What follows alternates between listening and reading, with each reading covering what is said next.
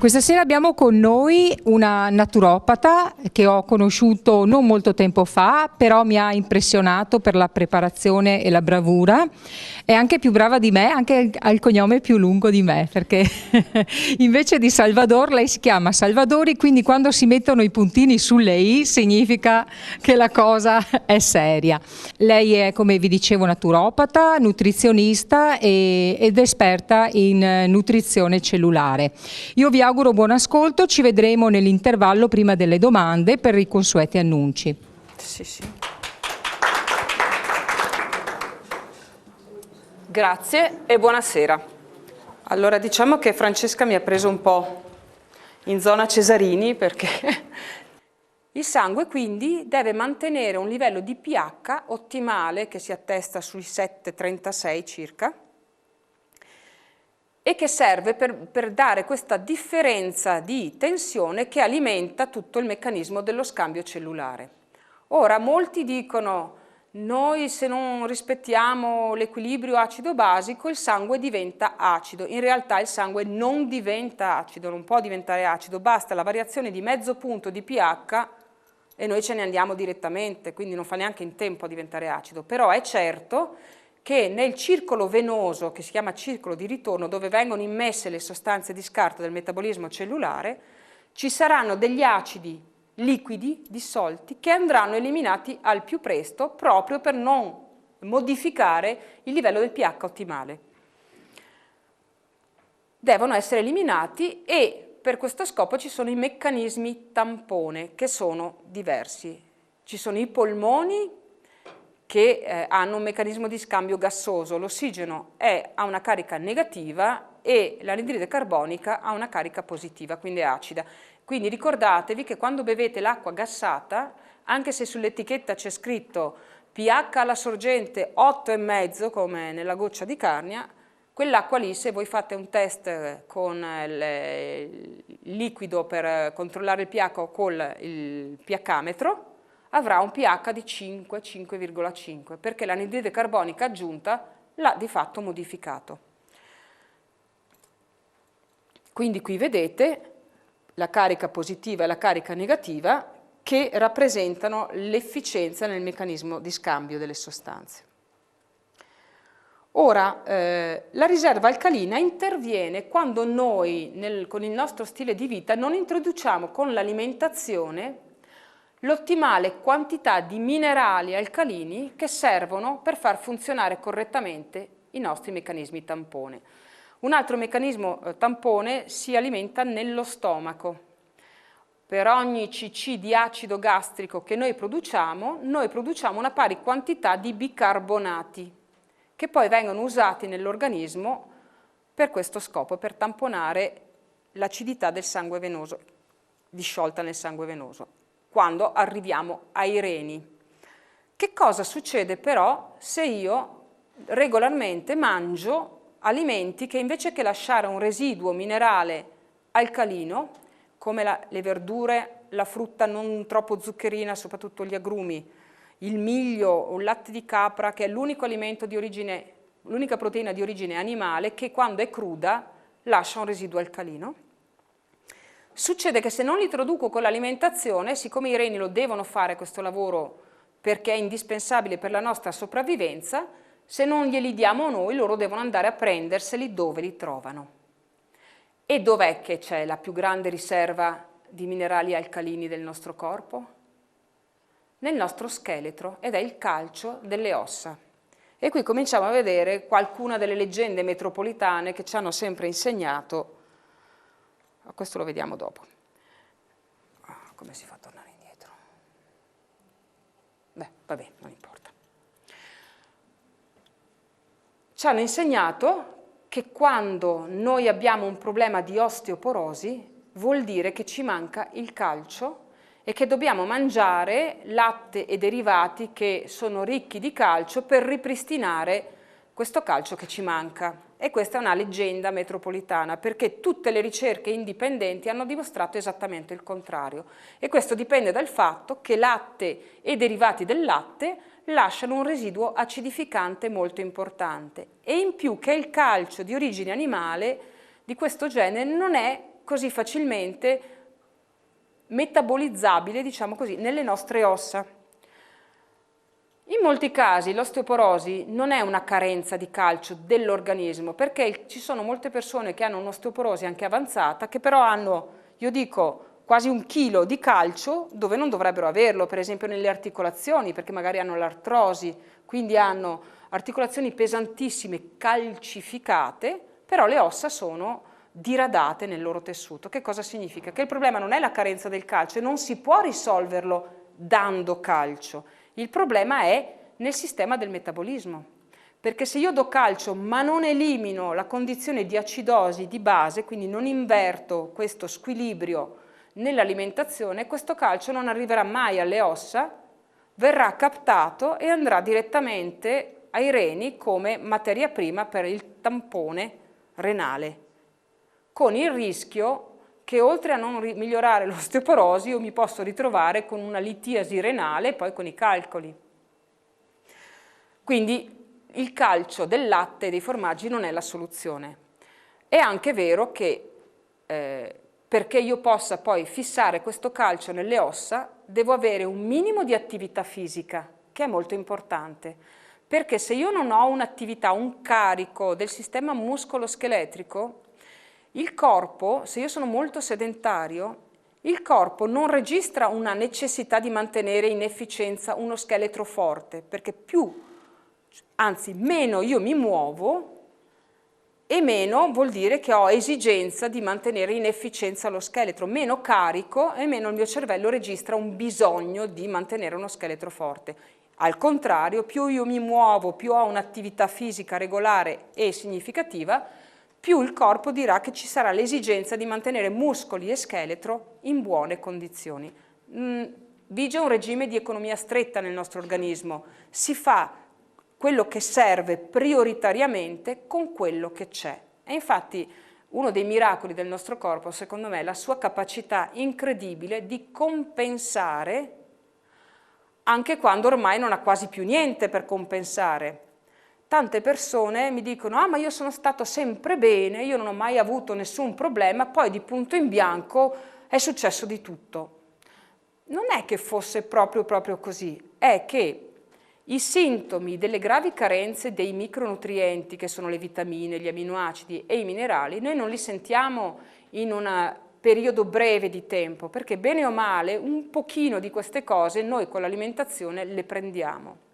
Però quando negli anni noi non introduciamo quello che è il nostro fabbisogno ottimale quotidiano, e quello di oggi non è quello di un secolo fa, assolutamente, negli anni si verificano degli indebolimenti del tessuto connettivo, dello scheletro, delle capacità dell'organismo di fare tutto il suo lavoro di trasformazione e di eliminazione, finché poi un sistema si rompe.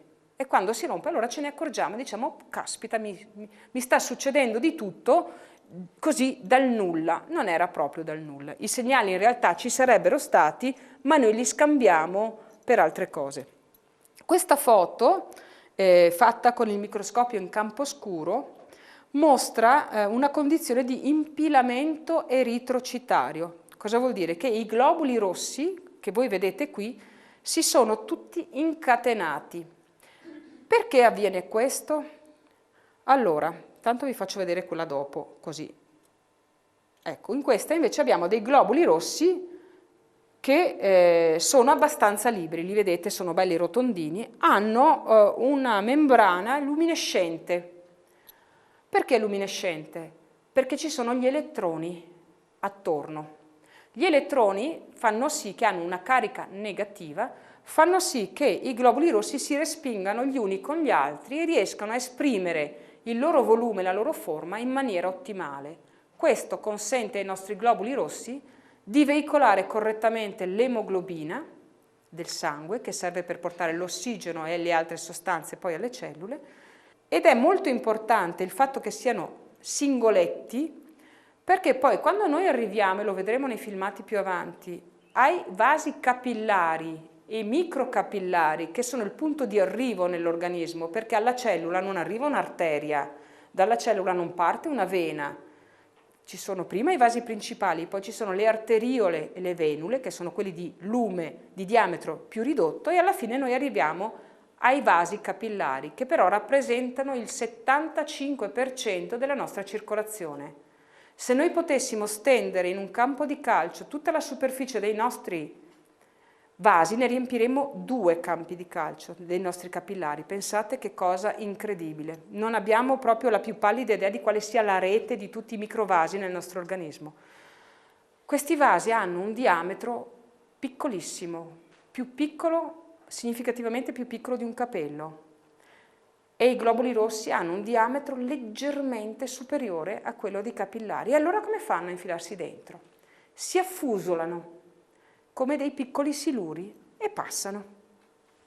Se io però ho una condizione di impilamento degli eritrociti, come nella foto, nella diapositiva che avete visto prima, secondo voi riescono a infilarsi nei vasi capillari finali in maniera agevole?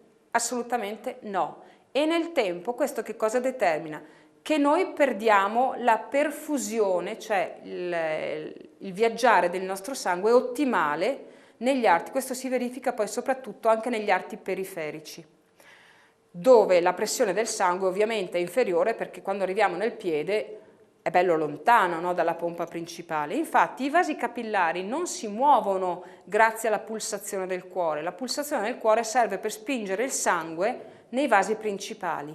Nei vasi capillari la dinamica del sangue, che si chiama vasomozione microcapillare, è determinata da contrazioni periodiche da 3 a 5 ogni minuto, che servono, si contrae con un segnale in microtesla la parete muscolare sottilissima, inimmaginabile per quanto è sottile, e questo sangue viene spinto fino ad arrivare dove deve arrivare. Ora, se io ho delle condizioni di impilamento, chiaramente non arriva. Quando è che il mio sangue arriva a ridursi in queste condizioni? Quando mangio male e quando penso male, perché noi abbiamo fatto tutta una serie di esperimenti. Domani sera sarò ad Annone Veneto, con me ci sarà la dottoressa Bernardi, che è una biologa nutrizionista di Oderzo con cui collaboro, il dottor Zoccarato, che ha il microscopio in campo oscuro, e parleremo di queste cose, soprattutto dello stress ossidativo e della fisica del sangue, e poi faremo vedere in diretta il sangue di chi si offrirà volontario per farsi pungere un dito, e lì si vedrà. Nelle altre 2 serate in cui abbiamo fatto questo tipo di illustrazione che ci ha chiesto l'Avis, l'abbiamo fatta a Chiarano e l'abbiamo fatta ad Oderzo, abbiamo chiesto del pubblico delle persone che avessero delle caratteristiche particolari, perché volevamo far vedere. È venuto Bruno, un mio cliente di 68 anni che ha delle metastasi polmonari, che però sta facendo un'alimentazione alcalina. Lui si fa i suoi succhi di verdura e di frutta con l'estrattore, usa l'acqua ionizzata. Poi faremo 2 parole anche su questa cosa, perché anche qui si dice tutto è il contrario di tutto e quindi la confusione è abbastanza importante. E soprattutto è una persona molto pacata, molto tranquilla e non si arrabbia quasi mai. Abbiamo preso una goccia del suo sangue. Il dottor Zoccarato, che era la prima volta che faceva la conferenza, non sapeva nemmeno chi fosse e aveva un sangue così, bellissimo. Dopodiché abbiamo preso il sangue di un ragazzo di 24 anni, okay, che fa palestra, che fa attività fisica, e aveva un sangue come quello che avete visto prima. Ma com'è possibile? Perché questa persona, facendo palestra e attività fisica importante, mangia delle enormi quantità di proteine animali per fare massa muscolare, e in più prende anche un sacco di integratori, di sostanze iperproteiche che lasciano un residuo acido, come dicevamo prima, e quindi il suo bilancio acido-base è fortemente verso l'acido. Erano presenti delle cristallizzazioni molto più grandi dei globuli, e quindi pensate, finché uno è giovane e i tessuti sono elastici e c'è, diciamo, ancora energia, noi riusciamo a compensare una situazione del genere, ma non dura molto. E più avanti andiamo, più si vanno ad alterare dei meccanismi che porteranno verso un'ipertensione, perché quando il sangue non riesce a scorrere, i nervi, i terminali nervosi che sono pensati in ogni vaso sanguigno registrano la resistenza allo scorrimento e danno un segnale al cervello. Si produce istamina, la conoscete tutti per le allergie, però è anche il neurotrasmettitore che poi governa e comanda la produzione della renina-angiotensina, e il nome mi sembra spieghi abbastanza che cosa fa, e della vasopressina, che sono due neurotrasmettitori che regolano la pressione del sangue e che ovviamente diranno oh, e vai, e aumentano la pressione del sangue. Quindi quando uno dice ho un'ipertensione idiopatica, non si sa da dove venga, in realtà se vogliamo proprio andare a cercare si può anche arrivare a capire, ma quando vedi una cosa del genere, perché magari questa persona si fa gli esami del sangue, quelli di routine, e a parte una creatinina un po' alta, ok, o una zotemia un po' alta e un pH urinario di 4,8, ok, ha dei valori che sono nella norma, non ha colesterolo, non ha trigliceridi, i globuli rossi sono giusti, i globuli bianchi insomma erano un pochino così, non avevano una bella cera i suoi globuli bianchi, erano tutti contorti e poco reattivi. Però noi facciamo gli esami del sangue normali, mica andiamo a bucarci il dito per vedere com'è il nostro sangue capillare vivo. E nei vasi venosi, dove viene prelevato il campione di sangue che poi voi fate analizzare, il sangue è molto compensato perché è un vaso grosso e quindi il sangue scorre abbastanza. È nel microvaso periferico che io vedo come il sangue arriva alle mie cellule, non certo da una vena. Ok? Questa quindi è un'indagine importante. Abbiamo preso un'altra persona, una persona che mangiava molto bene, era un'altra persona vegetariana, vegana, però era molto ansiosa, l'abbiamo chiesta noi ansiosa, abbiamo fatto una ricerca tra il pubblico e la persona ansiosa aveva un sangue impilato come quello che avete visto prima. Ma caspita, questa non mangia cibi acidificanti, come mai ha un sangue impilato? Perché le emozioni a livello del cervello producono delle sequenze di peptidi. Per ogni tipo di emozione c'è una sequenza specifica di peptidi che va a finire in un organo bersaglio specifico e tipico di quell'emozione. Voi tutti sapete cosa succede quando ci arrabbiamo, qual è l'organo bersaglio, infatti è il megafatto in biar. Me se vegnu un travaso de bile, ok? Chiaro. Oppure mi sono fatto il sangue amaro, una persona che prova molta amarezza, una persona che ormai ha una visione un po' disillusa della vita, che non riesce a vedere il lato dolce della vita. Quale sarà l'organo bersaglio secondo voi? Il pancreas. Perché se io mi faccio il sangue amaro ho bisogno di più zucchero nel sangue per addolcirlo. Poi c'è un altro organo, me la sono fatta sotto dalla paura. Quindi la paura, quella proprio, prende i reni. Le emozioni viscerali, la dicono loro, prendono l'intestino. Il senso di frustrazione e di impotenza prende lo stomaco.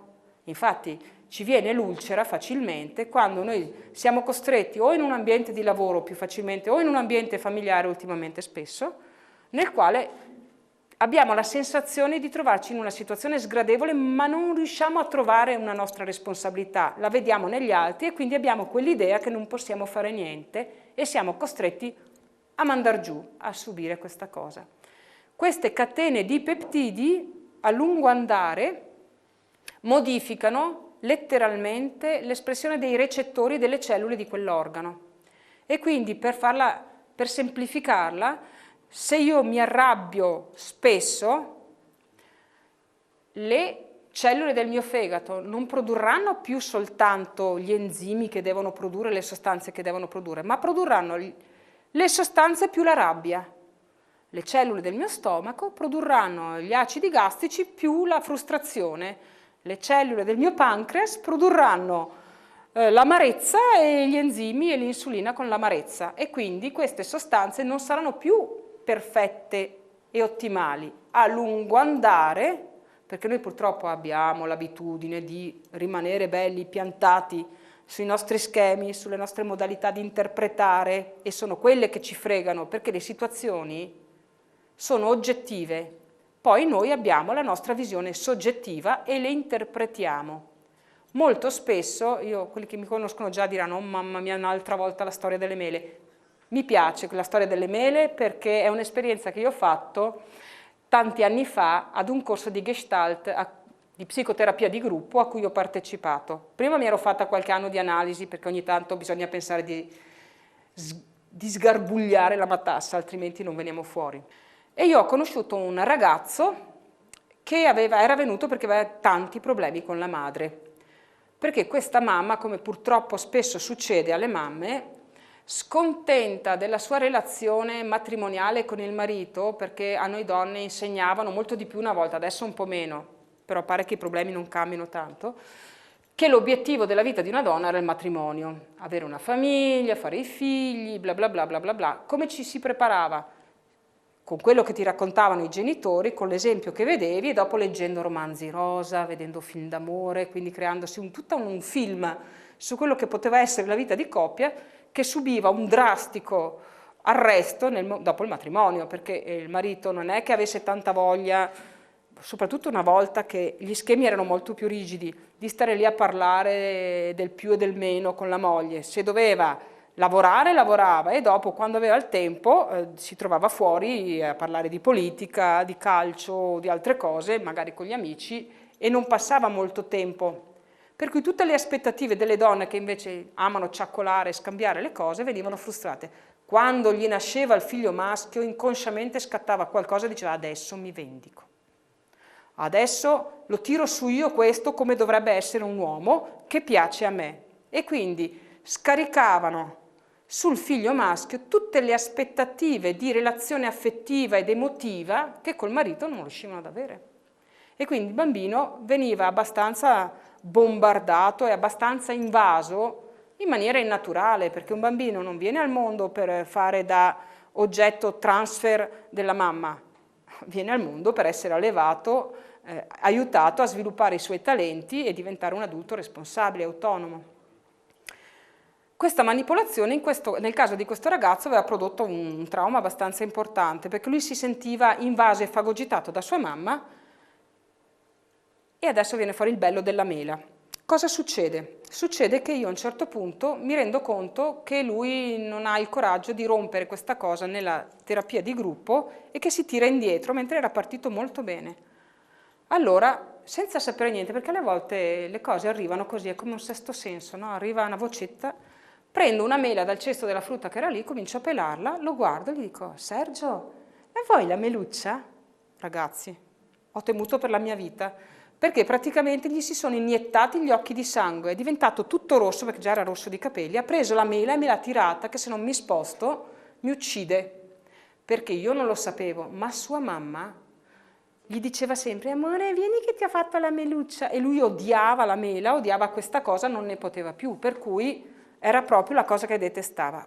Per tutta questa storia enorme, che però è importante per farvi capire quanto le emozioni e la nostra visione di interpretazione fa la differenza nella nostra vita, che se la mela per me era un premio, perché per me la mela era associata a delle emozioni positive, magari a dei bei ricordi, per lui era una cosa terribile, ma era una mela, oggettivamente era un frutto, non era né bella né brutta, né giusta né sbagliata, ma l'interpretazione della persona ha potuto produrre un effetto così grande, ed è quello che noi facciamo tutti i giorni nella nostra vita, quando ci incontriamo con gli altri, quando lavoriamo, quando vediamo qualcosa e pensiamo di aver capito.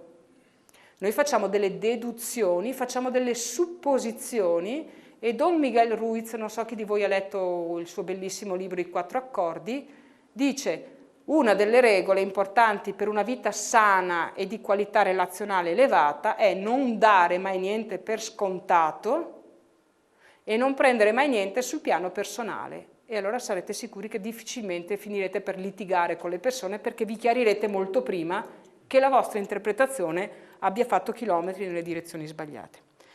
Se io sono una persona ansiosa, se io sono una persona rancorosa, se io sono una persona fortemente insicura, la mia chimica delle emozioni produrrà sul mio sangue lo stesso effetto di un'alimentazione scorretta. Quindi è fondamentale alimentarsi seguendo delle regole di cui adesso parliamo, ma non è sufficiente, perché io posso rovinare uno sforzo, magari una fatica tremenda perché decido di diventare vegetariano, vegano, che magari a me piaceva tanto la grigliata o il pesce fritto, e faccio quindi uno sforzo, mi carico di uno stress per portare un cambiamento, e non è mai facile, perché se uno vive da solo è più semplice, ma se uno vive con altre persone, anche perché soprattutto noi purtroppo la socializzazione con gli altri l'abbiamo portata quasi esclusivamente a tavola, quindi si esce a cena, si va a mangiare una pizza, si va fuori con gli amici e si mangia, quindi non è semplice. Quando io cambio produco una chimica spiacevole perché sono sottoposto a uno stress. Tante persone fanno questo sforzo ma non risolvono il loro problema perché non modificano il loro atteggiamento emozionale nei confronti della vita. Un'altra cosa importante perché io possa avere un organismo in buone condizioni quando decido di cambiare la mia alimentazione è la salute del mio intestino. Perché anche nel mio intestino io svolgo dei compiti indispensabili che sono l'assimilazione di quello che mangio, quindi è importante mangiare bene, ma è anche importante aiutare il nostro intestino a trovare un suo equilibrio.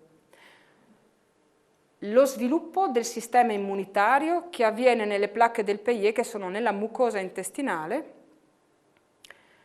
la produzione di alcuni neurotrasmettitori come la serotonina, che sono indispensabili per un equilibrio del mio umore, quindi se io ho un intestino infiammato non produrrò sufficientemente serotonina e la faccio sostanzialmente qua, più che qua, e quindi disturbi dell'umore, tendenza alla depressione, sono sempre associati a una condizione di disbiosi. Torniamo un attimo indietro. Quali sono gli alimenti che mi aiutano a riportare equilibrio tra l'alcalinità e l'acidità nel mio corpo? Perché non è che alcalino sia tutto buono e acido sia tutto cattivo. Ci sono delle parti del mio corpo che devono assolutamente rimanere con un pH acido e sono la zona genitale, lo stomaco, alcune parti del mio intestino. Perché? Perché le funzioni che vi si svolgono richiedono questa condizione di pH, perché i batteri che ci lavorano hanno l'esigenza di avere quel tipo di ambiente per svolgere correttamente le loro funzioni. Infatti quando si fanno i test di disbiosi, molto spesso poi nelle tabelle di spiegazione si vede inversione di polarità nell'intestino, che vuol dire che io ho portato una condizione di alcalinità dove era meglio che ci fosse l'acidità e il contrario, dove doveva essere alcalino, io ho portato l'acido. Tutto questo perché noi siamo costantemente sottoposti a un'azione di ossidazione, respiriamo e ci ossidiamo, mangiamo e ci ossidiamo, beviamo e ci ossidiamo, pensiamo e ci ossidiamo, porca miseria, non c'è scampo. Come facciamo allora perché ci sia equilibrio anche in questa condizione? Assumendo, cioè aiutando i nostri mitocondri a far bene il loro lavoro, ma anche assumendo con l'alimentazione la maggior quantità possibile di sostanze antiossidanti, che non vuol dire chili di sostanze antiossidanti, perché si parla di equilibrio, non solo acido base, ma anche di equilibrio tra l'ossidanza e l'antiossidanza. Qual è il problema che ci vede in questa epoca in cui viviamo noi? Il problema sta proprio in quello che per noi sembra essere un grande vantaggio, quello della globalizzazione, che ci consente ogni giorno di avere accesso a tutto, perché oggi mangiamo in qualsiasi stagione, qualsiasi tipo di frutta, di verdura, di cibo, anche se qui non è la stagione giusta, oppure le produzioni che vengono fatte nelle serre. Questo molti di noi non lo sanno, ma pregiudica il contenuto degli antiossidanti degli alimenti che noi mangiamo. Perché questo? Intanto, dal momento in cui io stacco un frutto o una vegetale, una verdura dalla sua pianta dove è stato maturato e prodotto, sempre che io lo abbia fatto maturare, perché se io lo raccolgo crudo non avrà la quantità ottimale di antiossidanti. Da quel momento, dicevo, comincia a perdere le sostanze più importanti, comincia a perdere le vitamine e comincia a perdere gli elettroni. Quindi se un frutto e una verdura, finché sono sulla pianta in condizioni ottimali, quindi all'aperto, con il rispetto della maturazione, ha una sua antiossidanza che si misura con un apparecchietto che si chiama ORP-metro, che misura i millivolt. Quando il valore è positivo, ORP+, vuol dire che siamo in ossidazione. Quando il valore è negativo, ORP-, vuol dire che siamo in antiossidazione. Se io stacco il frutto dalla pianta e lo misuro, è ORP-, 40, 70 a seconda. Quando io lo compro dal fruttivendolo, dopo un giorno, 2 giorni, 3 giorni o di più purtroppo, lo misuro, è ossidante più 100. Allora, è vero che se io mangio tanta frutta e verdura ho maggiore capacità di procurarmi gli antiossidanti, però è importante che non siano passati mesi da quando questa frutta e verdura sono state raccolte, perché altrimenti queste cose non ci sono più. Io vado a farmi la spremuta di arancia tutte le mattine e sono convinto di aver assunto la vitamina C, che è un antiossidante importante. Non è proprio così, perché se le arance le hanno tirate giù da una settimana, se ci va bene, di vitamina C in quell'arancia non ce n'è più. Prendiamo, per darvi un'idea, allora, intanto le quantità che sono raccomandate, le RDA, diciamo così, risalgono agli anni 40 del secolo scorso. Le nostre condizioni negli anni 40 del secolo scorso erano ben diverse rispetto a oggi. In più, quello che si mangiava nel secolo scorso a metà era ben diverso come qualità, perché in America erano già rovinati, perché già in America facevano le coltivazioni industriali da mo', ma da noi, negli anni 40, eravamo a chilometro zero, veramente, e si mangiava ancora bene. Non si mangiava tanti cibi raffinati, non c'erano conservanti, queste cose qui. Qui era colto e mangiato.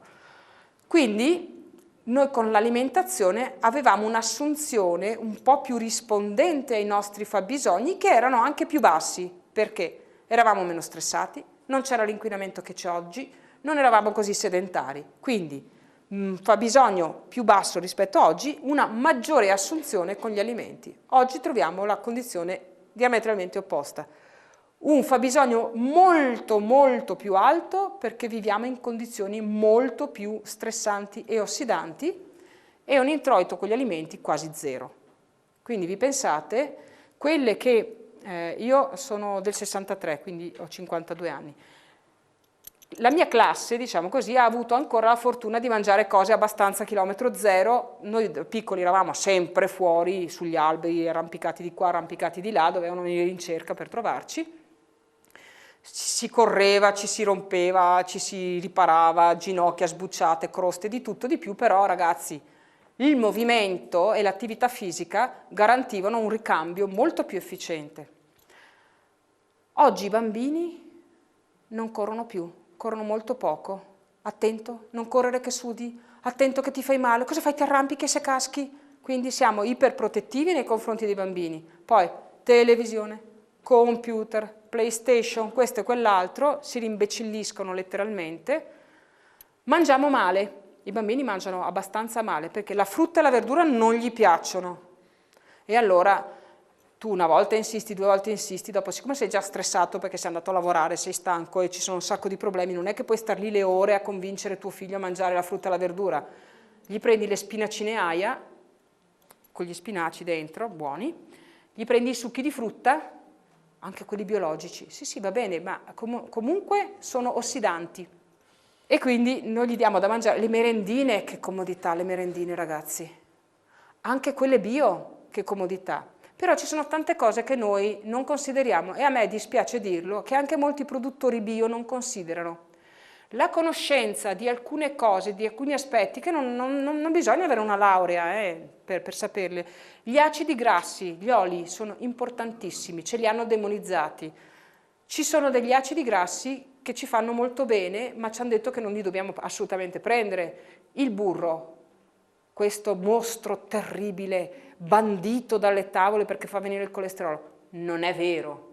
Il colesterolo non vi viene per il burro e soprattutto facciamo chiarezza sul colesterolo. Il colesterolo è indispensabile presidio della nostra vita. Le nostre cellule, vi ricordate sono tantine, la loro membrana è fatta di fosfolipidi, cioè di grassi. Se io, siccome le mie cellule si rinnovano, mica c'ho quelle di quando sono nata e cambiano regolarmente, periodicamente, se io non introduco degli acidi grassi di qualità, non avrò materie prime di qualità per fare la membrana delle mie cellule. Il cervello è grasso, il cuore ha bisogno di grassi, i muscoli hanno bisogno di grassi, il grasso strutturale, che è quel grasso che sta tra le fibre dei muscoli e che gli dà l'elasticità. A noi donne che a un certo punto ci casca la faccia, anche quando facciamo le diete tipo la Dukan che ci taglia le sostanze utili, però dimagriamo velocemente, ci casca la faccia perché? Perché perdiamo il grasso strutturale. Noi non dovremmo perdere il grasso strutturale, dovremmo perdere il grasso viscerale, che viene chiamato anche grasso anomalo, che è la discarica del nostro corpo, dove noi andiamo a stoccare tutti quegli acidi grassi, quei grassi che, no, scusatemi, quegli acidi, scusate ho sbagliato, che il sangue venoso deve eliminare. Se io non riesco a eliminarli sufficientemente per via renale, il corpo ha la priorità di toglierli dal circolo del sangue per non compromettere il pH ottimale. Quindi li metterà dove potrà. Una parte li lega con il calcio e li piazza nelle articolazioni. Agli acidi piace molto andare nelle articolazioni e infatti le periartriti, le calcificazioni sono il risultato di anni di squilibrio acido-base. Quindi tutti sti acidi dobbiamo piazzarli da qualche parte perché facciano pochi danni. L'altra parte viene trasformata in acido grasso solido, che è il famoso grasso viscerale o proinfiammatorio. Perché? Perché è un tessuto che ha una sua memoria. Gli adipociti di questi grassi viscerali, che sono più grandi degli adipociti del grasso strutturale, hanno una memoria, sono dei disgraziatissimi. Voi fate dieta e perdete il grasso strutturale, quindi perdete la massa muscolare, compromettete la funzionalità della membrana della cellula. Pensate al cervello, ai neuroni, poverini, quelli soffrono immediatamente. E infatti quando si fanno queste diete qua si perde la capa, perdo la memoria, perdo la capacità di concentrazione, perdo un sacco di cose che poi riprenderle è una fatica, sempre che ci si riesca. Ma il grasso anomalo non lo perdo. Se proprio porto avanti la dieta con sofferenza inimmaginabile, uno stress terribile, allora faccio acido perché sono stressato, comincerò un pochino a svuotare questi adipociti qui del grasso anomalo o del grasso proinfiammatorio, ma loro hanno la memoria e appena io mangio qualcosa si ricordano esattamente di com'erano e si riempiono subito. Quindi ogni volta che io faccio una dieta senza conoscere la fisiologia del mio corpo, io perdo il grasso buono e metto il grasso cattivo. Ecco la famosa sindrome dello yo-yo, per cui perdo 5 e prendo 7, perdo 7 e prendo 10 e va sempre peggio perché l'equilibrio della composizione tra massa muscolare e massa grassa cambia in direzione di una massa grassa proinfiammatoria, dove ci sono tante citochine infiammatorie. Vuol dire che facilmente io svilupperò quella che si chiama condizione di infiammazione silente o minima persistente. Silente perché non si fa sentire e quando la sentite è troppo tardi. Vuol dire che ormai questa infiammazione, che poi comunque è a livello dell'intestino primariamente, quando noi la sentiamo ha già prodotto un danno di sistema. Allora noi abbiamo tutte le strutture, il nostro corpo, ve l'ho detto, è stupefacente perché compensa, è progettato per ripararsi nonostante noi. Uno dei meccanismi è un meccanismo ormonale. Voi conoscete l'insulina, che è un ormone prodotto nelle isole di Langerhans del pancreas e che serve per trasportare il glucosio dal sangue alle cellule, dove ci sono i recettori dell'insulina, appunto. L'antagonista dell'insulina è il glucagone, un nome un po' particolare, fa sembrare che è un ormone che se la tira molto, non è proprio così. Il suo compito è quello di riparare i danni, quindi riparare le membrane offese, ormai offesissime delle nostre cellule, e di bruciare i grassi, soprattutto quei grassi, quindi il grasso viscerale, quei grassi lì. C'è un piccolo problema. e si chiama cortisolo, che è quell'ormone prodotto dalle surrenali e anche chiamato l'ormone dello stress.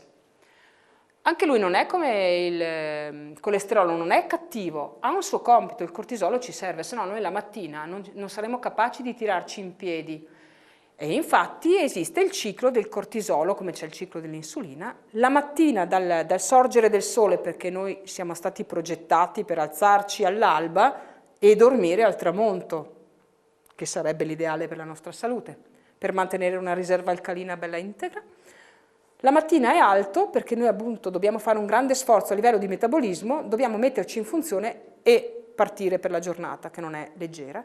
Poi pian piano deve decrescere nel corso della giornata fino ad arrivare più o meno alle 17, alle 18, dove si deve spegnere al minimo indispensabile.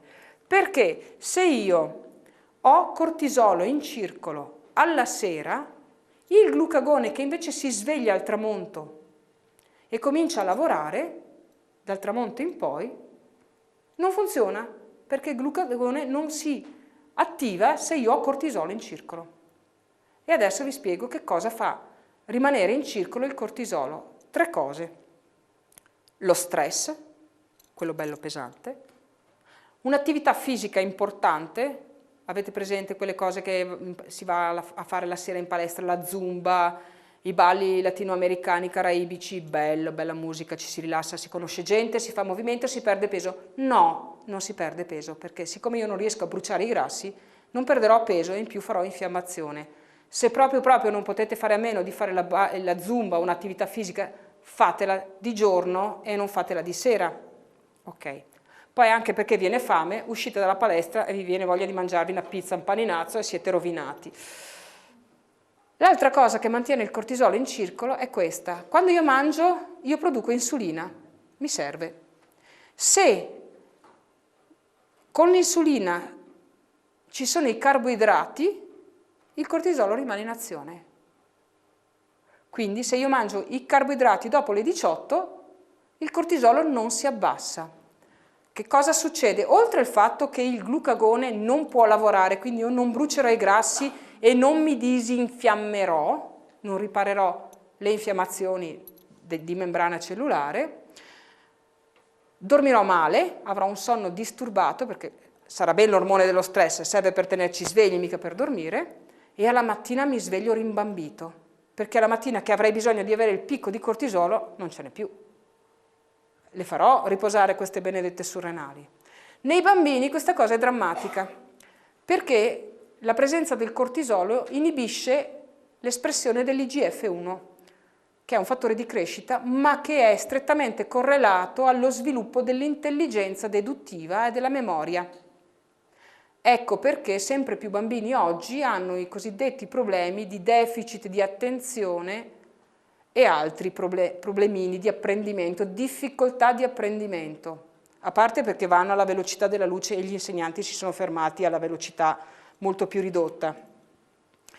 Ma anche questo, che la sera gli diamo da mangiare carboidrati e i bambini alla sera non devono mangiare carboidrati.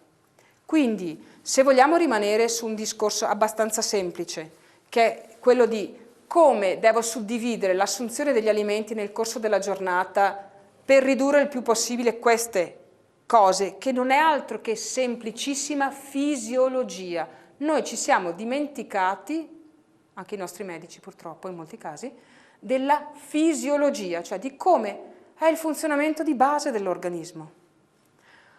Cosa dobbiamo fare? Noi dobbiamo mangiare i carboidrati possibilmente integrali, perché quelli raffinati sono completamente privati delle parti utili, che sono i micronutrienti, la fibra che ci serve per far muovere la massa nell'intestino e velocizzare sto transito, perché non sarà mica possibile che se io mi vado a mangiare la pizza la sera è un suicidio programmato, ok? Mangiatevela a mezzogiorno e possibilmente fatevela voi, perché il forno a legna, ma hanno fatto anche una trasmissione, Report se non sbaglio, ha un problemino. Sarà tanto nature, ma arriva a 450 gradi. Ora, si parla degli oli trans, gli acidi grassi trans, che superano il punto di fumo, avviene l'isomerizzazione, quindi si modifica la catena degli atomi di carbonio che li produce, diventano dei mostri che il nostro organismo non è in grado di assimilare, che fanno infiammazione anche lì, ok? Beh ragazzi, parliamo di alcune cose. L'olio di semi di girasole, fantastico, perché lo puoi premere a freddo, quelli sono semplici da schiacciare, no? Bio, tutti i prodotti bio mettono nei loro prodotti da forno l'olio di semi di girasole. Peccato che i prodotti da forno a quanto li cuoceranno secondo voi? Minimo 250 gradi, sicuramente. Ha un punto di fumo di 160 gradi, quindi sarà anche bio, ma è trans. E quindi fa male, è infiammatorio, mi fa aumentare il grasso viscerale. Poi che cosa succede? L'olio di palma è stato veramente trattato molto male, non so se tra lui e il burro chi è stato trattato peggio, ma l'olio di palma, e parlo di drupa, non di palmisto che è un'altra cosa, l'olio di palma ha un punto di fumo di 250 gradi, fa molto male all'ambiente, quello sì, perché per coltivare le palme da olio tirano giù le foreste. Però grazie alla sensibilizzazione e tutto quanto ci sono molte aziende che acquistano olio di palma soltanto da produttori che fanno riforestazione, quindi se noi dobbiamo avere un consumo coerente con la nostra visione di un mondo migliore, se proprio dobbiamo scegliere, dobbiamo pretendere che ci siano riportati ottenuto da coltivazioni responsabili, come sulla carta, ottenuto con carta piantata, con alberi che vengono ripiantati, eccetera, eccetera. Ma l'olio di palma per i prodotti da forno va molto meglio anche dell'olio extravergine di oliva, perché l'olio di oliva ha un punto di fumo di 180 gradi.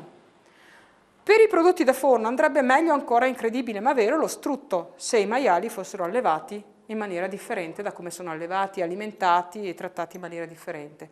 Il burro è meglio dell'olio di semi di girasole, anche quello se ottenuto da animali, magari al pascolo e quindi con un'alimentazione e uno stile di vita naturale, perché se anche noi facciamo le emozioni che fanno la chimica schifosa, anche gli animali hanno lo stesso tipo di processi, per cui se gli animali provano emozioni terribili avranno una chimica terribile nel corpo. Alle mamme dicevano le nonne: non allattare se ti sei arrabbiato, se sei depressa, perché la rabbia e la depressione vanno nel latte. È vero, i peptidi prodotti in seguito a quel tipo di emozione vanno nel latte indubbiamente. Quindi figuratevi il latte delle mucche che cos'è. Alta qualità. Quanto grasso? Quanta caseina? La caseina bovina è uno dei più forti fattori di promozione dei foci tumorali.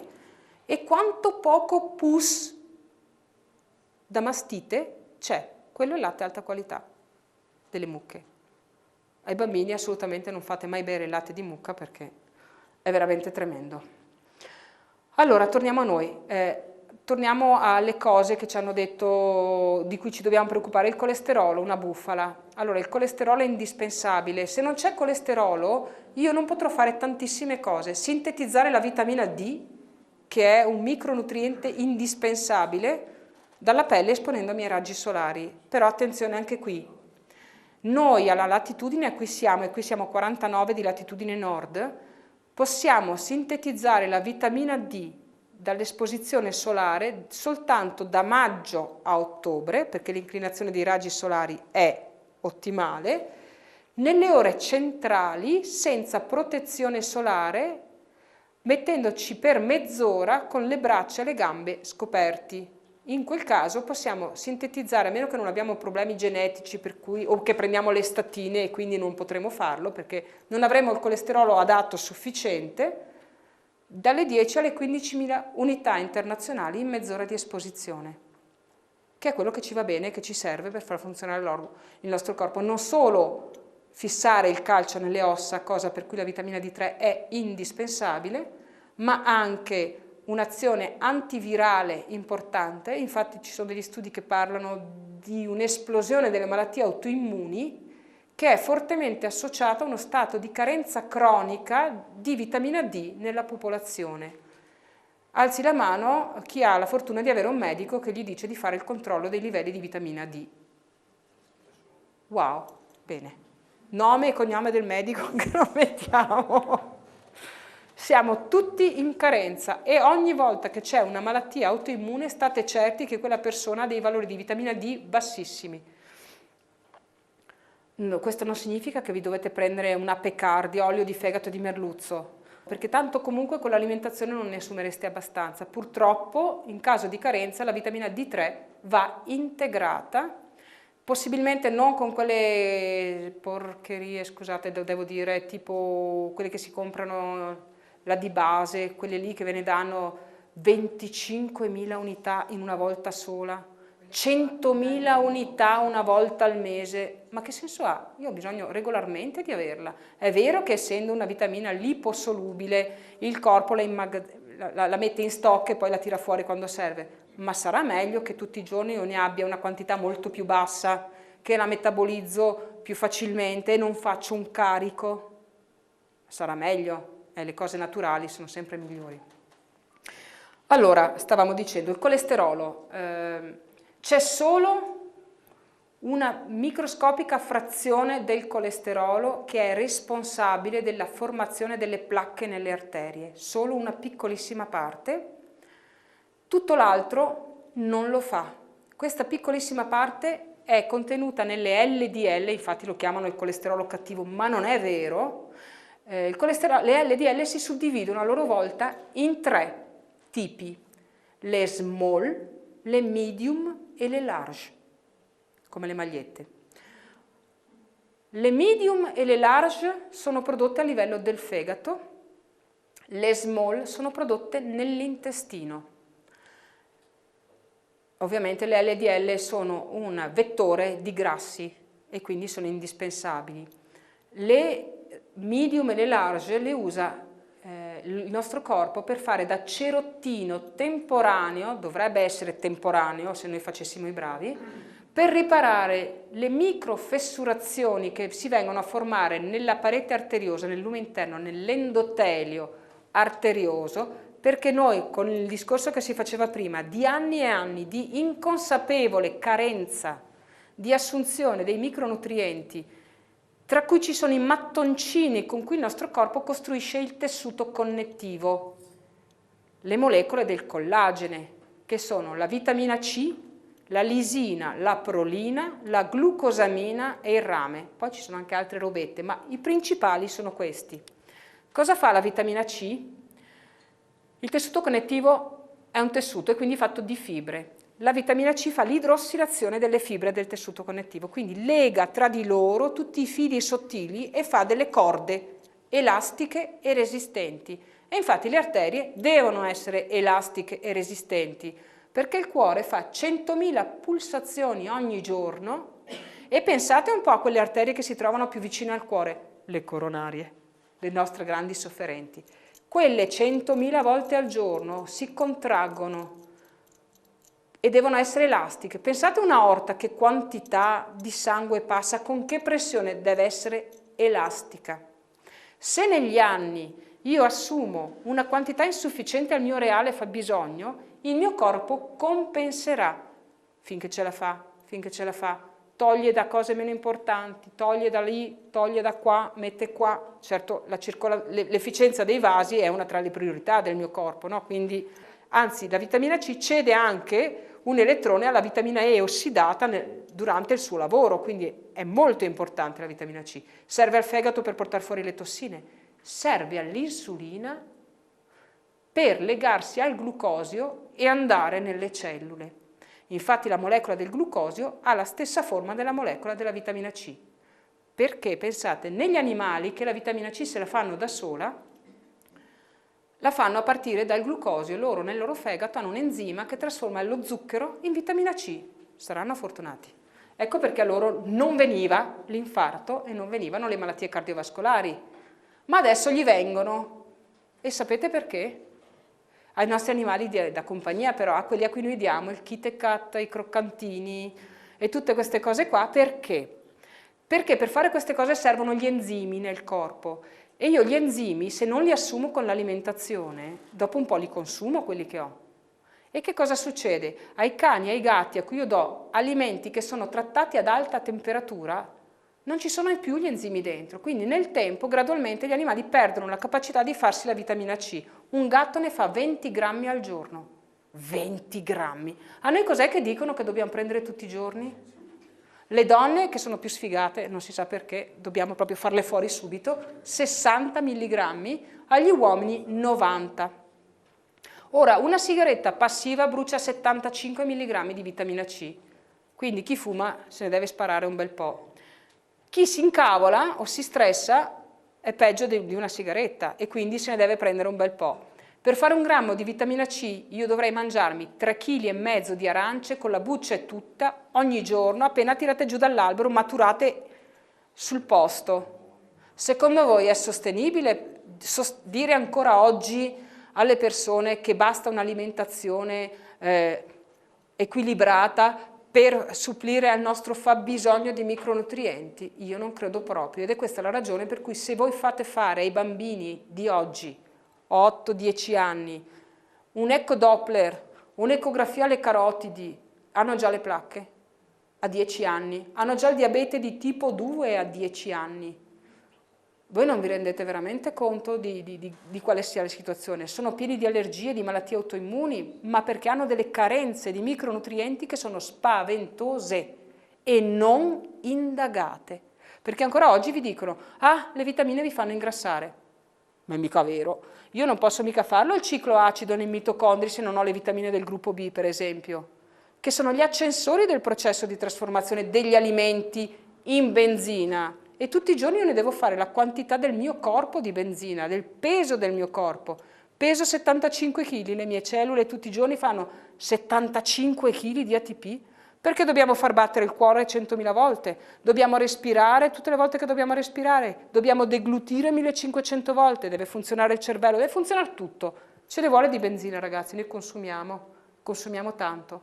E se io non ho con l'alimentazione una quantità ottimale di queste vitamine, mica servono solo per quello, per Diana, servono per infinite altre cose, quindi, ma già solo per quello pensate quanta ne va via.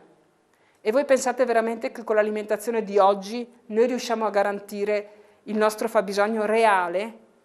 Andate su internet, cercatevi le comparazioni del fabbisogno reale tra i vari scienziati tipo Pauling o RAT, R-A-T-H e queste cose qua, e vedete un po' quali sono le quantità testate non tossiche.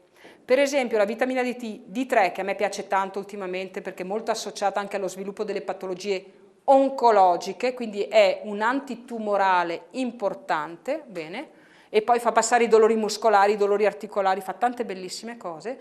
La quantità tossica è quando si superano il 150 nanogrammi per litro. La quantità ottimale che noi dovremmo averne a seconda dei problemi che abbiamo va dai 50 ai 70, tenetevi di più sui 70. La quantità media che noi ne abbiamo sta tra i 10 e i 20, quando ci va bene. Ecco, quindi se avete stanchezze croniche, se avete dolori muscolari, se avete dolori ossei, controllatevi, avete malattie autoimmuni, le artrite reumatoide, le sclerosi, tutte queste cose qui, le psoriasi, queste cose, controllate i livelli di vitamina D3, è importantissimo questo. Chiedetelo al vostro medico, non ve la vuole far fare perché oggi con la spending review non si può più controllare niente, fatevela voi a pagamento, se costa 25 euro costa tanto, ma è un'indicazione utile. E state al sole una mezz'oretta per favore senza la crema, ve la mettete in faccia ma non sulle braccia e sulle gambe per mezz'ora, dopo ve la potete mettere, però è importante. Allora, la small LDL, torniamo a noi, la produce l'intestino, perché? Perché la usa come segnalazione, è come un post-it giallo e lo appiccica su quelle sostanze sgradevoli per lui di infiammazione, tossiche, che vuole che siano captate dal fegato e distrutte.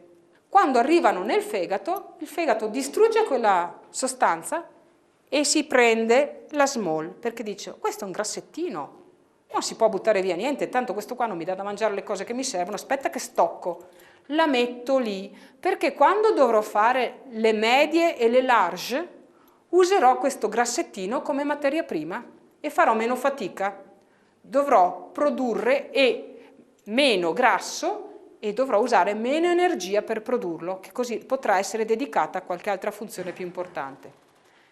Peccato che sia costretto a fare questo, perché la small LDL è l'unica che si ossida e quindi quando verrà usata assieme alle altre parti fatte dal fegato per fare le medium e le large, che faranno da cerottino per tappare il buchettino nella mia coronaria, nella mia arteria, eccetera, e verrà in contatto con i mastociti dell'infiammazione, diventerà una cellula schiumosa e farà placca.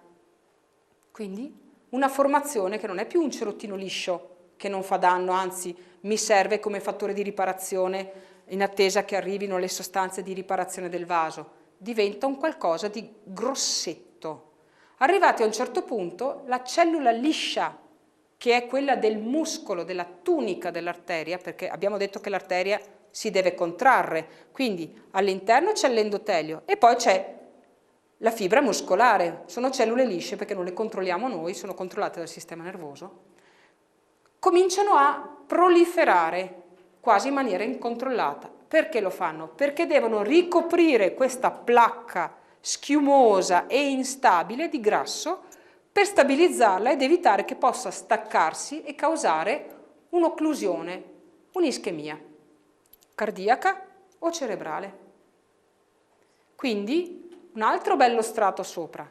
Ora immaginate il lume interno di un tubo che pian piano, a furia di mettere placchette, cellule sopra di stabilizzazione, eccetera, si riduce piano piano fino ad avere un diametro di molto inferiore a quello per cui è stato progettato. Però il cuore batte sempre 100.000 volte e la quantità di sangue che circola, che a seconda della corporatura di una persona viaggia dai 10 ai 15.000 litri al giorno, non che ne abbiamo così tanti, però gira e gira, siano sempre gli stessi e quindi per forza la pressione aumenta. Questa è idraulica, non è fisiologia, ok? Allora come interviene la medicina? Interviene lavorando sul sintomo. È aumentata la pressione? Non vado a ragionare sul fatto che ho le arterie foderate di prosciutto, vado a ragionare sul fatto che devo ridurre la pressione. In genere le strade sono due. Una, tolgo acqua dal sangue con i diuretici. In questo modo, furbissimi, c'è meno volume e quindi la pressione si abbasserà. Peccato che se io tolgo acqua dal sangue, il sangue che è più fluido mi diventa più vischioso. Torniamo ai famosi microvasi. Secondo voi un sangue denso scorre bene in un capillare dell'occhio, in un'arteria coronaria che è piccolina, dove se io lo sbatto alla pressione in cui funziona quel vaso, ha uno stress proprio di usura ben superiore? Funziona bene nel cervello un sangue vischioso? Ragiono bene? Porta tanto ossigeno. Vi ricordate i globuli impilati prima? In quelle condizioni il sangue porta fino al 40% di ossigeno in meno alla cellula.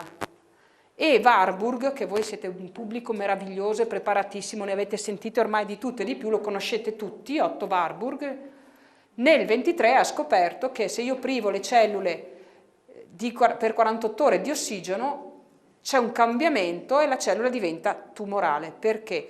Perché siccome non può più fare la benzina con i mitocondri, perché l'ossigeno è il catalizzatore del ciclo di Krebs, dovrà farla a partire dalle cose che si trova maggiormente a disposizione, cioè gli acidi, gli zuccheri. Se io tolgo l'acqua dal sangue, il sangue mi diventa meno voluminoso, appunto ho ridotto la pressione, però è più denso e quindi farà più danno a livello di trauma vascolare, perché sbattendo velocemente contro i vasi fa ancora più danno, e mi porterà molto meno ossigeno e nel tempo questo mi crea un problema. Senza parlare del fatto che andando spesso in bagno perché prendo i diuretici, eliminerò ancora di più quei famosi minerali che magari mi servono per far funzionare bene i reni, eccetera, e quindi poi col tempo a prendere tanti diuretici si va in sofferenza renale. Ok? Un altro fantastico sistema, molto intelligente, dice, siccome la pressione è alta perché ho 100.000 pulsazioni al giorno, se io le abbasso a 60.000, si abbassa la pressione. Caspita, funziona. Però se il corpo è progettato per funzionare con 100.000 pulsazioni al giorno, se gliene togliete il 40%, che cosa vi succede secondo voi? funzionerete per il 40% in meno. Quindi se fate 2 scalini siete col fiatone, se vi dovete alzare e abbassare più volte al giorno non ce la fate, le funzioni cognitive rallentano, la vista cala e quindi le nostre funzioni non sono più ottimali. Infatti i beta bloccanti, che sono questi simpatici ragazzi, non si possono dare per molto tempo perché creano degli scompensi troppo importanti. E se invece di prendere queste cose io dessi al mio corpo le materie prime con cui lui può fare la riparazione dell'endotelio arterioso, quindi le vitamine, gli antiossidanti e le sostanze che mantengono l'elasticità come l'ossido nitrico, che è un gas che favorisce la contrattività del muscolo delle arterie e che io posso ottenere dall'arginina, che è un suo precursore, o dall'acetilcisteina. Beh, se io comincio ad assumere delle quantità importanti di queste sostanze, l'endotelio arterioso si ripara gradualmente. In più la lisina e la prolina, questi aminoacidi, rendono liscia la parete dell'endotelio, quindi le placche piano piano vengono smontate, non è che me se staccano e mi fanno venire un ictus, così si stacca. Fisiologicamente si riducono gradualmente e vengono portate al fegato perché è grasso e al corpo il grasso serve. Vengono portate al fegato per essere utilizzate a livello metabolico, quindi assorbite. Quindi la via naturale, che è quella per cui il corpo è progettato, consente nel tempo di avere una riduzione delle placche interne e quindi un miglioramento della funzionalità e un ripristino di una pressione ottimale. È ovvio che io non consiglierò mai a un iperteso di sospendere un trattamento farmacologico. Gli dirò: continua a fare quello che il tuo medico ti ha prescritto. Contemporaneamente facciamo un'integrazione naturale con un buon multivitaminico o con dei sinergici progettati, perché ci sono, apposta per favorire l'elasticità della muscolatura liscia delle arterie e la riparazione delle arterie. Gradualmente la sua pressione migliorerà, lui andrà dal cardiologo che gli dice: oh caspita, ormai questa dose è troppo per te, togliamone una parte. Passerà un altro po' di tempo, non tantissimo, generalmente si parla di qualche mese, e la pressione si abbasserà ulteriormente. Allora il cardiologo dirà: togliamo un altro po'. Alla fine si arriva che non serve più il trattamento farmacologico, che è diventato superfluo, basta un'integrazione ottimale di mantenimento, perché noi non abbiamo lavorato sul sintomo, abbiamo lavorato sulla causa a monte. A questo punto, se voi avete qualche domanda, io darei spazio agli approfondimenti. Abbiamo capito sostanzialmente che la cosa che è importante per noi è mantenere un adeguato apporto equilibrato di sostanze antiossidanti, contemporaneamente mantenere le nostre cellule in buone condizioni, così i mitocondri che sono nelle cellule producono anche loro la loro quota di antiossidanti, che un'alimentazione oggi per le tecniche di coltivazione, di produzione e di distribuzione non ci consente più di ottenere dal semplice cibo tutto quello che ci serve, a meno che io non mi coltivo tutto a chilometro zero e non me lo mangio a ora zero, perché dovremmo pensare non solo chilometro zero ma ora zero, o perlomeno poche ore, perché se passa il tempo, anche se io me li sono coltivati ma li raccolgo e me li mangio una settimana dopo, il problema sostanzialmente è lo stesso, che nel frattempo sono decaduti gli antiossidanti, che è importante comunque introdurre gli alimenti di modo che io possa avere le sostanze, i grassi buoni, i carboidrati buoni, che sono quelli ovviamente integrali, e quando sono integrali dovrebbero essere possibilmente biologici, perché nella crusca del cereale, per esempio, ci vanno tutte le sostanze, quindi se i trattamenti sono fatti con le sostanze chimiche, con i pesticidi e queste cose qui, e io prendo un integrale non biologico, mi prendo anche una bella quota di schifezze in più. E che la frutta e la verdura devono rappresentare una quota estremamente importante non solo per le vitamine, ma anche perché lasciano il residuo alcalino. Quindi per il mantenimento dell'equilibrio acido-base l'introito quotidiano di frutta e verdura deve essere molto differente. Piccolissima parentesi sull'equilibrio acido-base ottenuto anche con l'aiuto di un'acqua che abbia un pH alcalino. Ma il pH alcalino non è sufficiente perché l'acqua si possa definire buona. L'acqua buona è un'acqua viva, vuol dire che ha una conduttività di una certa qualità, ha una concentrazione di elettroni sostanzialmente, quindi non può essere un'acqua ferma. L'acqua in bottiglia può anche avere un pH, ma tanto il pH che leggete sull'etichetta è quello della sorgente, non è mica quello dell'acqua che vi bevete voi, perché anche un'acqua con un pH alto alla sorgente, nel momento in cui voi ve la bevete, il suo pH è sceso di ben qualche punto. Quando tu parti da un 8,5, generalmente la misuri poi bevendola è un 7, 7,1 se è rimasto ancora. E l'acqua gasata, vi ricordo, e tutte le cose gasate sono comunque sempre acidificanti per via dell'anidride carbonica. L'acqua ionizzata, quindi con un trattamento di elettrolisi che deve avere delle caratteristiche particolari, perché mica si può fare l'elettrolisi con una lamina di ferro o di alluminio, eccetera, perché altrimenti le sostanze che vengono disperse dalle lamine in usura durante l'elettrolisi diventano tossiche per noi, quindi gli apparecchi devono avere delle lamine in titanio rivestite di platino che evitano questo tipo di dispersione di inquinanti, di metalli pesanti. Un'acqua ionizzata è molto utile per tanti motivi. Primo perché è alcalina ma può anche essere acida, infatti negli ionizzatori si possono fare le regolazioni e ottenere il pH desiderato, ma soprattutto è carica di elettroni e di idrogeno molecolare, che è un altro antiossidante straordinario. C'è addirittura un gruppo di ricerca internazionale di scienziati di tutto il mondo che sta facendo un lavoro di indagine sull'effetto dell'idrogeno molecolare sul nostro organismo. Pare che sia in assoluto il più potente antiossidante, cioè fa fuori i radicali in una maniera incredibile senza lasciare residui. Queste caratteristiche sono interessanti non soltanto per l'acqua che si beve, ma anche per il trattamento degli alimenti.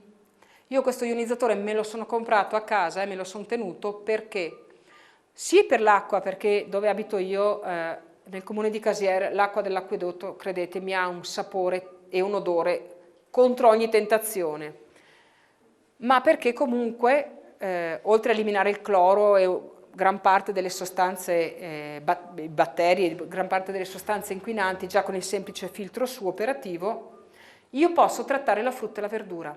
Se io lascio a mollo per almeno mezz'ora frutta e verdura in un'acqua con un livello RP negativo di meno 700 circa col il mio apparecchio e con un pH alcalino molto alto, io libererò la frutta e la verdura dai residui dei pesticidi che sono su base cerosa, perché serve per mantenerli anche con le piogge, quindi lavarli con l'acqua non è sufficiente. Si usa il bicarbonato perché il bicarbonato, alcalinizzando l'acqua, favorisce lo scioglimento del rivestimento ceroso, ma dovreste sfregarli col bicarbonato le frutta perché ci vada via, non è che semplicemente mettendole lì. Invece quando l'acqua è ionizzata, siccome il processo elettrolitico riduce i gruppi di molecole, quindi i cluster, a gruppi molto piccoli di 6-7 molecole, quindi l'acqua ha un peso molecolare più basso, penetra in profondità nella buccia e quindi favorisce la pulizia proprio dei vegetali. Quando io metto dei pomodori una mezz'oretta in una ciotola e poi li tolgo, l'acqua è un po' arancione. Perché? Perché molti pomodori sono trattati, spruzzati a cera per farli durare più a lungo. Le mele, avete visto su internet, no? Che se prendete un coltellino e lo sfregate sulla buccia di quelle belle mele lucide, tipo Biancaneve mangiami, viene via la patina di cera. Perché so come fanno a durare tutto quel tempo. Durano mesi nei silos, è una cosa incredibile. Allora, dicevo, se io li metto mezz'ora e poi misuro con l'ORP-metro, la frutta e la verdura hanno raggiunto un livello di antiossidanza di meno 400. Ora voi capite che io mi prendo il mio bel estrattore, dopo aver lasciato tutta la notte a mollo la frutta e la verdura, la mattina me li metto nell'estrattore e mi faccio un succo meraviglioso che viene assimilato dal mio organismo nel giro di un quarto d'ora, perché senza la fibra non viene assorbito immediatamente dall'intestino e va nel sangue in un quarto d'ora. Pensate che meraviglia. Quindi io velocissimamente porto antiossidanti in circolo, oltre a tutte le sostanze buone della frutta e della verdura. La fibra fa bene, non è che io devo bere solo succhi, ma in un momento di forte debilitazione, infatti perché Gerson ha ideato la nutrizione con i succhi, perché in un momento di malattia, di forte acidità quindi dell'organismo, di forte depauperamento, una digestione classica di tutte le fibre mi allunga moltissimo i tempi di assimilazione. Nel frattempo può avvenire una putrefazione, perché sicuramente se io sono malato, il mio equilibrio nel microbiota intestinale, in tutti i batteri dell'intestino, è veramente scarso, decisamente inesistente, quindi avrò una prevalenza di batteri patogeni che fanno infiammazione e una scarsissima quantità di probiotici, che sono quelli invece che mediano l'infiammazione e la risolvono e mi fanno funzionare correttamente tutto il sistema. Allora, bevendo dei succhi freschi, di verdura soprattutto, perché c'è molto meno zucchero nella verdura, anche se lo zucchero della frutta è uno zucchero semplice che viene assimilato, il fruttosio, molto più facilmente a partire dal fegato e non ha bisogno dell'insulina, posso portare velocemente in grandi quantità sostanze antiossidanti di riparazione senza chiedere benzina al mio corpo per la digestione della fibra. Poi la fibra me la posso anche mangiare, ma intanto ho nutrito velocemente e redistribuito in tutto il corpo quelle sostanze indispensabili di riparazione di cui il mio corpo in quel momento ha un estremo bisogno. E questa è la spiegazione dell'efficacia dell'approccio con i succhi verdi.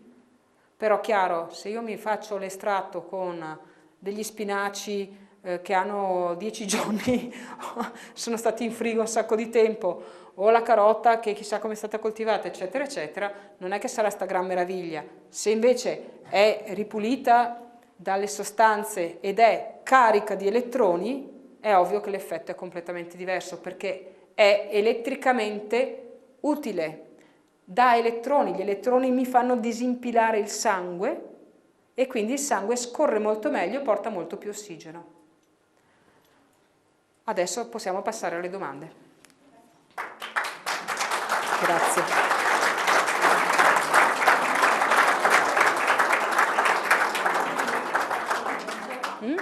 Scusate un attimo, nella mia foga di difendere il colesterolo mi sono dimenticata di farvi vedere questi meravigliosi filmati. Sono molto brevi ma fanno impressione.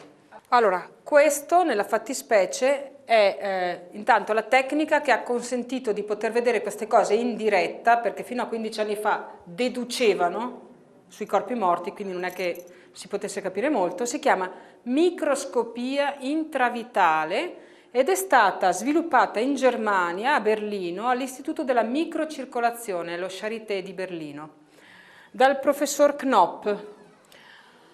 Allora lui ha questa specie di puntatore, dietro c'è un mega computer pazzesco e filma in diretta, puntandolo sulla pelle, la microcircolazione. Questa, la più grande è un'arteriola, ma quelli laterali, che adesso vedrete, sono capillari. Questo è un sangue impilato, la prima. La seconda è la stessa zona con un sangue non impilato, quindi che ha ricevuto gli elettroni con dei trattamenti. Dai Ciccio. Purtroppo la definizione è un po' scarsa, ma vedete, sembra di essere a Roma, nelle ore di punta, vicino alla stazione Termini. Vedete tutti i grumini? Ecco, questo è il nostro sangue normalmente. Pensate che un diabetico, invece che avere da 3 a 5, questa invece è la stessa zona una volta che abbiamo disimpilato il sangue. Stessa zona, adesso si sovrappongono e vedete tutte e due per la differenza. Dicevo, in un diabetico, invece che avere da 3 a 5 contrazioni ogni minuto, ce ne sta una ogni 10 minuti. Unitelo alla glicazione dell'emoglobina e delle pareti dei vasi e capite perché avvengono le necrosi degli arti periferici e che vanno amputati ancora oggi nel 2015, vergogna. Ecco.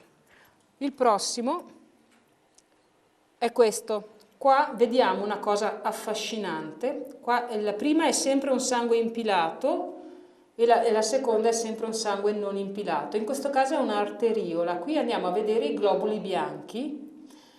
Li vedrete adesso quando faccio partire il filmato. Nel primo filmato li vedete passare in velocità come in una gara di Formula 1, nel secondo filmato avranno un andamento completamente differente e poi vi spiego perché. Ecco, vedete, il sangue scorre in velocità e ogni tanto vedrete una sferettina un po' più chiara, grossetta, che cerca di fermarsi ma non ce la fa, sono i globuli bianchi. Quindi che il sistema immunitario non funzioni non basta che non ci siano i globuli bianchi, possono esserci i globuli bianchi ma non si fermano, allora non funziona. Questo invece è il sangue non impilato, vedete la differenza? Vedete quanti globuli bianchi riescono a fermarsi sulla parete del vaso? Si chiama adesività perché nella parete dei globuli bianchi si verifica una specie di collosità che gli consente di incollarsi alla parete del vaso, perché nel prossimo filmato vi farò vedere cosa devono fare. Andiamo al prossimo, che si chiama la trasmigrazione dei leucociti. Ecco, qua è rallentato, questa è sempre un'arteriola, perché dobbiamo vedere cosa fa lui, il leucocita trasmigrante. Vedete adesso, sequenza dopo sequenza, lui sta passando la parete del vaso sanguigno, come un fantasmino. Lui ha ricevuto in sostanza una segnalazione fisica che deve andare in un certo posto a fare una certa cosa. Se non riesce a rallentare, a incollarsi alla parete del vaso, perché c'è uno stramaledetto tir di globuli rossi tutti impilati che se lo trascina via, non può fare il suo lavoro. Voi li avete i globuli bianchi che girano nel sangue, quindi il vostro prelievo venoso vi dirà che li avete i globuli bianchi, ma voi non sapete come sta il vostro sangue quando arriva alla cellula e quindi non sapete che nel frattempo i tir di globuli rossi tutti incollati ve l'hanno trascinato via, gli hanno impedito. Quindi gli esami del sangue servono veramente molto a poco per capire come stiamo noi.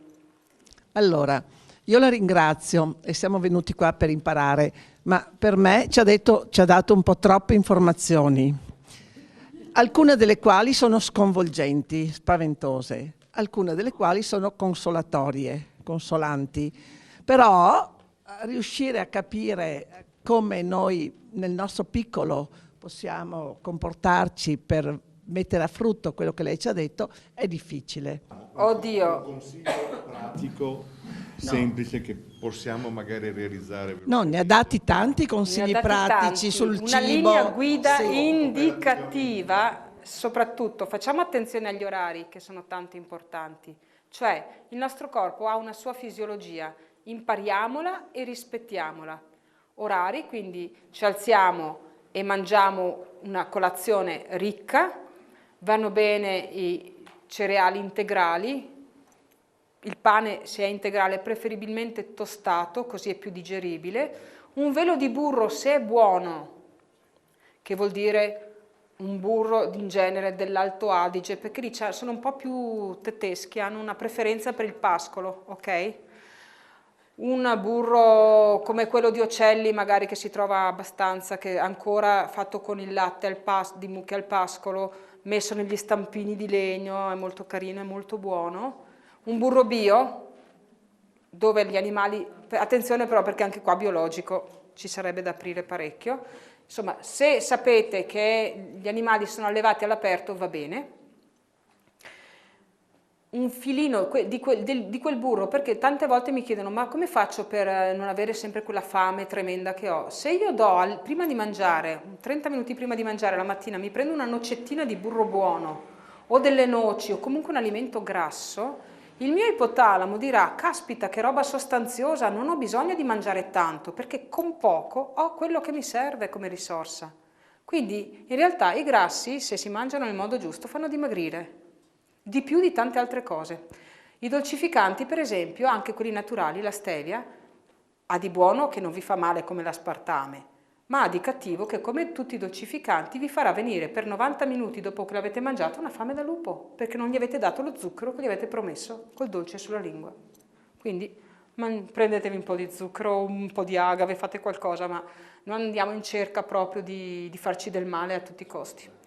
Poi frutta la mattina, un kiwi, un frutto, una centrifuga, un estratto, chi ha l'estrattore, un po' di frutta secca e partiamo abbondanti. Tante persone non fanno colazione la mattina ed è veramente molto sbagliato, perché do un segnale sbagliato al mio corpo. Do un segnale che non ce n'è e che bisogna conservare le risorse, quindi il metabolismo rallenta se io non faccio colazione la mattina. Prima di mangiare bere, un bel po' prima di mangiare, bere acqua caldina aiuta a muovere, a fluidificare il sangue e a digerire molto più velocemente.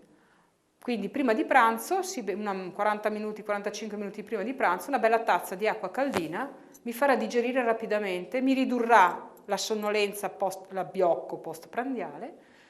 A pranzo si mangiano preferibilmente i carboidrati integrali, possibilmente, e la verdura. Poi posso fare uno spuntino del pomeriggio con un frutto, con della frutta secca. La sera, se la fame è tanta, magari vi prendete prima un passato di verdura, così riempite un pochino. Proteine, ovviamente di qualità, quindi a me viene da ridere, parlare delle galline felici, non sono andate a fare lo yoga della felicità, della risata. Dico felici perché almeno le fanno razzolare fuori un pochino, diciamo, se la godono di più. Le uova di gallina felice non fanno aumentare il colesterolo, Sfatiamo un mito terribile, il colesterolo dell'uovo non è assimilabile. Persone col colesterolo alto, mangiatevi le uova e godete se vi piacciono senza farvi venire le paranoie. Ok? Bene. Quindi chi mangia carne, possibilmente carne allevata in un certo modo, chi mangia il pesce, è sempre meglio il pesce di piccola taglia. Mi scusi tanto, perché lei sta descrivendo quella che è la mia vita da sempre. Perché mangio solo brava. il pesce che pesca lui, le galline, le capre, le anatre, i conigli che sono in un recinto grande. Ok. La frutta solo quella che raccolgo dall'acqua. Bravissima. E l'insalata e le verdure, gli ortaggi. Coi pensieri come andiamo? Ma io sto bene, ma tutto quello che lei ha detto, cioè sono tutte le aggressioni dall'esterno, bevo l'acqua solo della pompa e così, però è spaventoso lo scenario che lei ha descritto. Sì. Ma magari, visto che lei è già virtuosissima per la gran parte di quello che sarebbe utile che facessimo tutti, mi può migliorare integrando con un po' di sostanze naturali o facendo il controllino della vitamina D3 perché magari uno sta al sole ma non la sintetizza bene, facendo qualche controllo di quel tipo e integrando con delle sostanze naturali e quindi migliora l'antiossidanza e la risposta del suo organismo. Grazie, ma non è che Beh, io dico sempre, non è che possiamo ripararci da tutto, però quantomeno possiamo compensare quelle che sono le ingiurie della vita moderna. D'altra parte, se uno stava seduto in centro a Milano a bersi il Cynar in un tavolino, era chiaro che la vita era ingiuriante, molto ingiuriosa, scusate, sono cotta. Altre domande?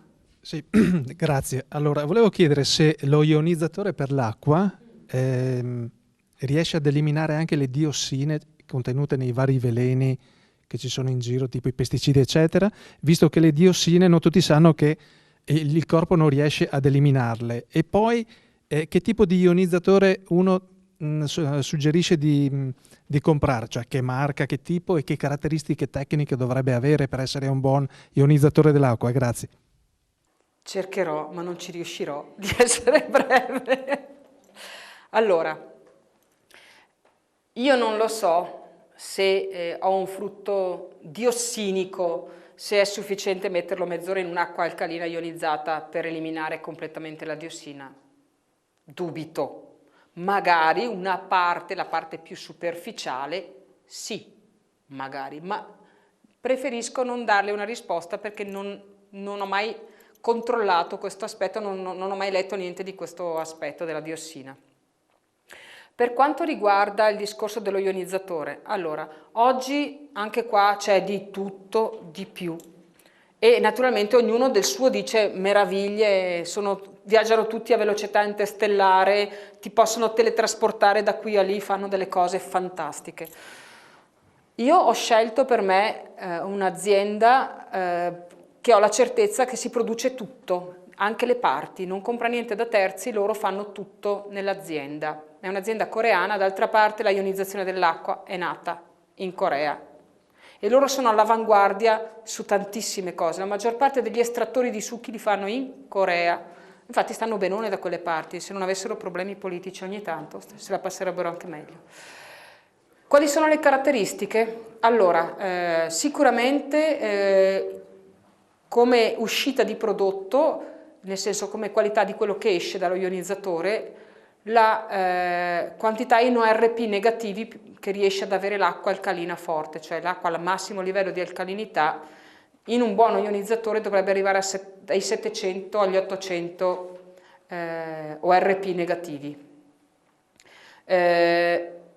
Che fa la qualità dello ionizzatore sostanzialmente, a parte la robustezza e tutto quanto, sono due aspetti: il filtro, e comunque si può sempre montare un prefiltro se l'acqua della nostra zona è particolarmente schifida. Allora si mette una prefiltrazione, possiamo avere anche un'ultrafiltrazione, una nanofiltrazione, che è uno step prima dell'osmosi inversa, che è stata tanto pubblicizzata. Hanno detto l'osmosi inversa è la risposta all'inquinamento. È una stupidaggine sostanzialmente, perché l'osmosi inversa non fa altro che farvi bere un'acqua distillata, che non è una gran cosa, perché l'acqua non è più viva, è morta, avendo perso tutti gli ioni completamente. È un'acqua che fa benissimo alla salute del ferro da stiro, della macchina del caffè, della lavastoviglie e della lavatrice, ma a noi no, perché noi abbiamo bisogno della conduttività dell'acqua. Ok? Bene. L'altro aspetto è la camera di ionizzazione, che è composta dalle lastre, che sono gli elettrodi dell'elettrolisi. Ora, tutti vi diranno che loro sono i migliori, che lo spessore è fantastico, che lo strato di platino sopra è potente. Questa azienda, assieme al loro importatore, hanno fatto un lavoro. Hanno acquistato uno ionizzatore di ogni marca, lo hanno fatto funzionare, lo hanno fatto produrre 50.000 litri, poi hanno aperto la camera e hanno controllato le lamine. E lì poi ne sono venute fuori delle belle, perché alla fine le lamine della maggior parte erano rovinate, il rivestimento in platino se n'era andato, erano incrostate in maniera terribile, perché in Corea l'acqua è molto dolce, non ha quasi calcare, quindi lì veramente gli ionizzatori non hanno quasi neanche bisogno di manutenzione. Da noi invece non è proprio così, ci sono dei punti in cui arriva anche a 40 gradi francesi la durezza dell'acqua, quindi per mantenerli bisogna fare regolarmente un lavaggio con l'acido citrico che toglie il calcare. Alla fine io ho comprato questo perché era quello che mi dava la possibilità. La semplicità dell'utilizzo, che non è una roba da poco, ecco, mi parla anche in italiano, quello che avevo prima parlava solo in inglese e le istruzioni non erano così semplici, dovevo aggiungere degli acidi per avere l'acqua forte, quindi alcalina forte o acida forte. Questo mi piace perché ci posso mettere dentro i cristalli di sale dell'Himalaya e fare l'acido ipocloroso, che è una figata, scusatemi il termine. È una sostanza che io ottengo dall'acqua e dal sale, quindi chimicamente è acqua e sale, non è tossica, ma è un presidio medico-chirurgico per la sterilizzazione immediata delle cose con cui viene in contatto, quindi è viruscida, battericida, fungicida e parassiticida, istantaneamente. La usano molti studi medici e molti studi dentistici per sterilizzare gli attrezzi ferri che usano. La flora intestinale, se uno la beve? Cosa? L'acido ipocloroso? No. Allora, l'acqua alcalina va bevuta a digiuno, non si deve bere mangiando e non si deve bere prendendo i farmaci, l'acqua alcalina, perché l'alcalinità unita all'antiossidanza aumenta l'effetto delle sostanze che si assumono assieme. Ora, se io prendo delle vitamine mi va anche bene, ok? Ma se io prendo un farmaco per l'ipertensione o un farmaco importante, succede che ne prendo la mia solita dose ed è come se ne prendessi due, potrebbe darmi dei problemi. Ok, quindi quando io prendo i farmaci uso un'acqua pH 7 non ionizzata. Problemi. Molte persone hanno risolto tanti problemi digestivi e intestinali bevendo regolarmente acqua ionizzata a piccoli sorsi, perché non è che l'acqua va tracannata, anche l'acqua normale. Se voi bevete l'acqua in una stracannata unica, andate in bagno immediatamente, perché non gli date neanche il tempo di essere gradualmente assorbita. L'acqua va bevuta a piccoli sorsi. Comunque, la valenza del bere l'acqua alcalina non è solamente legato al discorso del pH, perché poi tanto comunque nello stomaco si incontra con l'acido e quindi comunque non è che l'acqua alcalina mi arriva alcalina nell'intestino, attenzione, ma fa un bel lavoro, stimola un aumento di produzione di acido e siccome anche lo stomaco ha un meccanismo tampone, vi dicevo prima, se io produco più acido nello stomaco produco più bicarbonati che mi servono per non andare a prendere il calcio dalle ossa. Non è male come cosa. Tenete conto che tutte le persone che assumono antiacidi, detti anche inibitori di pompa protonica, che sembra anche qui una roba da guerre stellari, finirà molto più presto che tardi con l'andare in osteoporosi, perché riducendo significativamente la produzione degli acidi gastrici, oltre a non favorire l'eliminazione, perché l'acido gastrico tra le sue funzioni è quella di far fuori i patogeni, i batteri, le sostanze pericolose che noi possiamo ingerire con gli alimenti. Ma io non farò più i bicarbonati e non facendo i bicarbonati con cosa faccio il tampone nei reni? Con il calcio delle mie ossa. Quindi antiacido vuol dire osteoporosi, diretta relazione, ma non ve lo dicono. Vi dicono magari che siccome vi danno l'aspirinetta per mantenere una certa fluidità del sangue, l'aspirina anticamente si sostiene, no è vero, l'aspirina normale vi può bucare lo stomaco se la prendete a stomaco vuoto, l'aspirinetta no perché lavora in un altro modo, quindi se vi hanno detto di prendere gli antiacidi perché vi hanno dato l'aspirinetta per il cuore, non è obbligatorio. Basterebbe bere acqua calda 45 minuti prima, perché se io do acqua che viene assorbita nell'intestino, l'intestino me la porta nel sangue, i capillari me la portano allo stomaco, le cellule dello stomaco si gonfiano e producono 1 centimetro di muco alcalino che va a proteggere la mucosa gastrica. Quindi io ho un effetto molto migliore, riparo una mucosa gastrica offesa dalle emozioni e dallo stress magari e sto molto meglio, digerisco più velocemente, senza prendere l'antiacido. Questo, se vi leggete, chi non se l'ha già letto, molti di voi ce l'avranno in biblioteca, Il tuo corpo implora acqua di Batmanghelidi, medico iraniano, spiega tutte queste cose, come bere acqua in un certo modo, rispettando la fisiologia del corpo, vi aiuta a ridurre delle cose molto fastidiose per cui vi appioppano un sacco di farmaci che vi fanno un male terribile. Dica. La marca posso dirla? Io ho comprato un Canson, CHA. Ce ne sono tanti, sappiate che intanto vi dicono che vi danno 20 anni di garanzia. Già uno che mi dice che mi dà 20 anni di garanzia, sono io ionizzatore, mente sapendo di mentire, perché non esiste. Molti sono assemblati in Italia, ma con parti acquistate all'estero. Molti sono comprati in Corea a un prezzo bassissimo e poi rivenduti qui dai 1.500 euro in su. E quindi sappiate che all'origine è costato $250 magari. Non è una bella cosa. Volevo tornare un attimo alla vitamina D. Sì, più vicino. Che basta il sole per... ecco, non basta il sole, perché il medico normalmente dà la D base, e questo qua è un classico, e è sintetica da quanto so io, no? Ma la vita che facciamo anche noi, che entri al mattino alle 7 al lavoro, magari esci alle 5 del pomeriggio, il sole quando lo prendi? Appunto. In alternativa volevo sapere cos'è che si poteva assumere. Allora, una vitamina D naturale, non so. Io uso un prodotto americano che mi faccio arrivare direttamente dagli Stati Uniti, naturale, low cost, ve lo potete ordinare anche voi su internet semplicemente, solo cercate magari di mettere insieme un po' più di cose da ordinare, perché sennò la spesa di spedizione è micidiale, essendo spedito per via aerea. È la Puritans, che fa dei prodotti non costosi ma di discreta qualità, testati, li abbiamo testati, anche a livello energetico li abbiamo testati. E io personalmente, io ho un bambino di 10 anni, lui si prende 2000 unità tutte le mattine in una perlina piccolina e io ne prendo, a seconda dei momenti, se sono più stanca, più stressata, dalle 4 alle 6.000 unità al giorno. Io non vi dico di arrivare a queste quantità se non avete fatto perlomeno il test prima.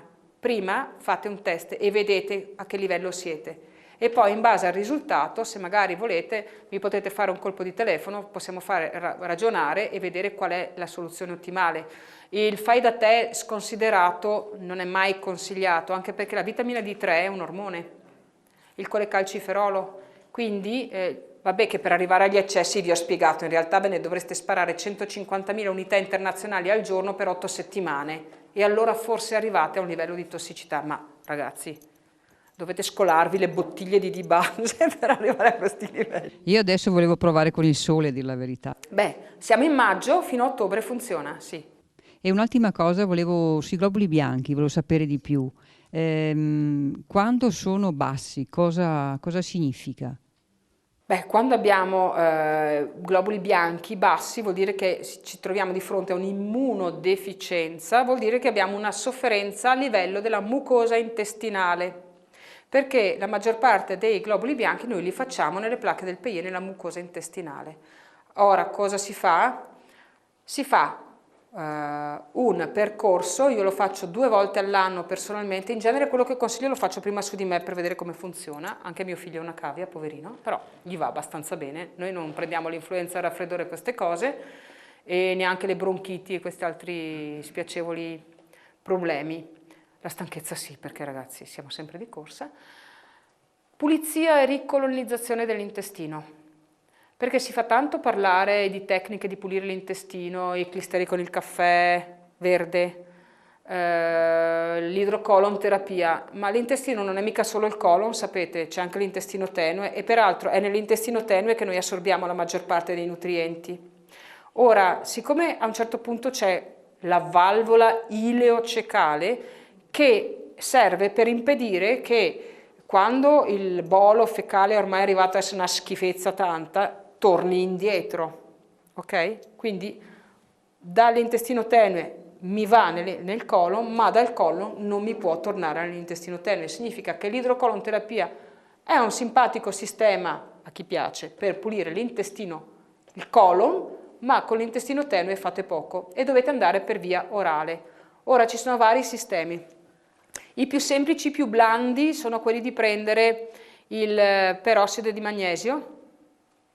Ci sono vari prodotti in commercio, si fanno 2 o 3 giorni con cucchiaini o bustini di questa roba, di solito è associato al tea tree, all'olio di Malaleuca, e è un'azione sfogliante, disinfettante, vi fa venire un po' di cacarella e portate fuori un po' di cose sgradevoli, ma non è sufficiente perché la cacarella muove fuori la parte più ingombrante delle feci, ma non è che vi porta i fermenti che vi mancano. Quindi la ricolonizzazione è un aspetto molto importante. Prima bisogna assumere un prodotto che mi faccia fuori o quantomeno mi livelli la quantità dei cattivoni, cioè dei patogeni, che sono le escherichie, i coliformi fecali, il clostridium, gli streptococchi, queste cose qui. E poi devo rimettere dentro quelli che mancano. Perché quando ce ne sono tanti di cattivi, quelli buoni ce ne sono pochi, perché le condizioni ambientali che favoriscono la proliferazione di quelli cattivi sono esattamente le opposte di quelle che favoriscono la proliferazione di quelli buoni. Non demonizziamo, cioè la candida è una cosa terribile, ma sappiate che se voi mangiate tanti carboidrati raffinati, la candida è indispensabile per la digestione di queste cose e dei lieviti. Quindi la candida in una piccola quantità è funzionale finché noi mangiamo in un certo modo. Meno carboidrati raffinati e prodotti lievitati noi mangiamo, meno bisogno di candida c'è, quindi la popolazione rimane in una soglia che non crea problematiche. Ok? Allora, poi prendo appunto dei ceppi di batteri, tipo i bifidobatteri, che mi servono anche quando io decido di passare da un'alimentazione onnivora a un'alimentazione vegetariana o vegana. Io ho visto tanti neo-vegetariani e neo-vegani conciati male, con delle pance gonfie e con tanta disbiosi, perché se io non li introduco, i bifidobatteri, una volta c'erano, Perché una volta c'erano le case, le grandi case familiari dove si stava in 55 dentro, il bagno era fuori, ci andavano tutti nella latrina esterna, la facevano tutti in un contenitore, ogni tanto lo mescolavano e i bifidobatteri di Tony si incontravano con i bifidobatteri di Agigia, che si incontrava con i bifidobatteri di quest'altri, si scambiavano le informazioni, facevano amicizia, imparavano e poi venivano gettati tutti sull'orto per concimare. Perché noi abbiamo un intestino di un certo tipo, non siamo ruminanti. I bifidobatteri delle mucche a noi ci fanno un baffo, non ci servono a niente. Quindi quando voi vi prendete il bifido acti regularis, ma che roba è? Ma che roba è? Cioè non ci azzecca niente. L'unico animale che è compatibile a livello di intestino, il cavallo si avvicinerebbe, ma porca miseria ha una temperatura corporea troppo alta, i nostri muoiono. L'unico che si avvicina è il coniglio. Ora voi ditemi chi è che concima l'orto con le cacchine del coniglio. Io non ne ho ancora incontrati. Quello sarebbe l'ideale, perché i bifidobatteri del coniglio fanno amicizia con i nostri e funzionano bene.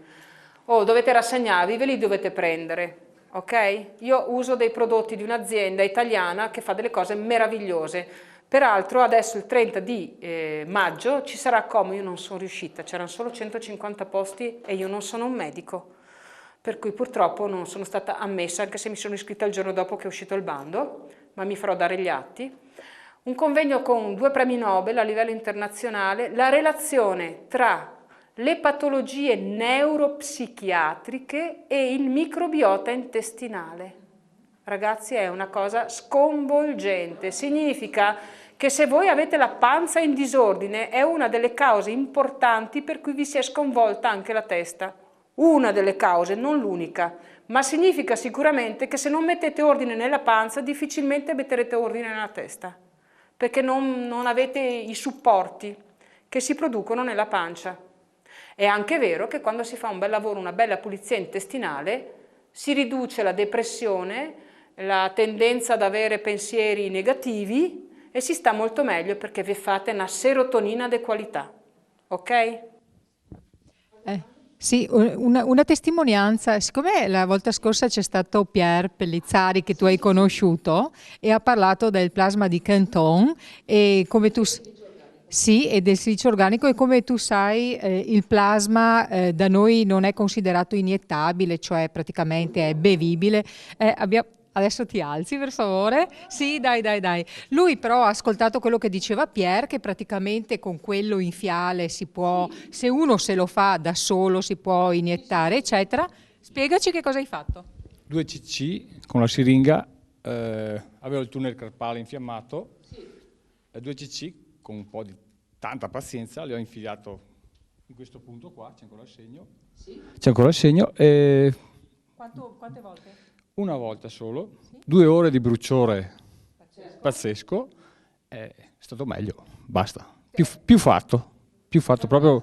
Peraltro, è sistemato, non ho più il dolore. Peraltro il tunnel carpale è una delle passioni dei nostri medici perché lo operano 1 volta, 2 volte, 3 volte e ci guadagnano un sacco di soldi. È un problema che nasce da una condizione di acidosi. Nella guaina del tunnel si formano delle microcristallizzazioni di acido. Quindi operarlo in genere non serve a niente perché se non cambiate le condizioni della vostra alimentazione, del vostro stile di vita, ve si riforma. Ci sta niente da fare. Complimenti. Qualche altra domanda? Ancora un paio di domande perché poi ci dicono che è ora di andare a mangiare la pizza. Ciao. Volevo sapere le proprietà del kefir d'acqua. Il kefir d'acqua. Io l'ho provato. Sono estremamente, profondamente dispiaciuta, non l'ho mai provato. Quindi non le sale? No. Io l'ho provato Fantastico, tanti anni fa. Grazie che finalmente qualcuno mi chiede una cosa. Quando ancora non si trovava, che dovevo coltivarmi, eccetera, però non ho avuto la pazienza di andare avanti, secondo me, i mesi Ma necessari. perché bisogna farselo, sì, le cose comprate sono sempre molto molto relative. Anche lo yogurt sarebbe meglio farselo. Io lo uso certo, da anni. Certo. Sì, quello d'acqua e posso dire che ha risolto il mio problema dell'intestino. Io senza quello non starei più. Ma c'è una fermentazione, c'è una presenza di batteri Esatto, i batteri sono quelli che ci servono, i batteri buoni. È molto importante. Sì, sì, sì. E chi li ha questi ceppi, questi simpatici ceppi, conservateli con cura e condivideteli con più persone possibili.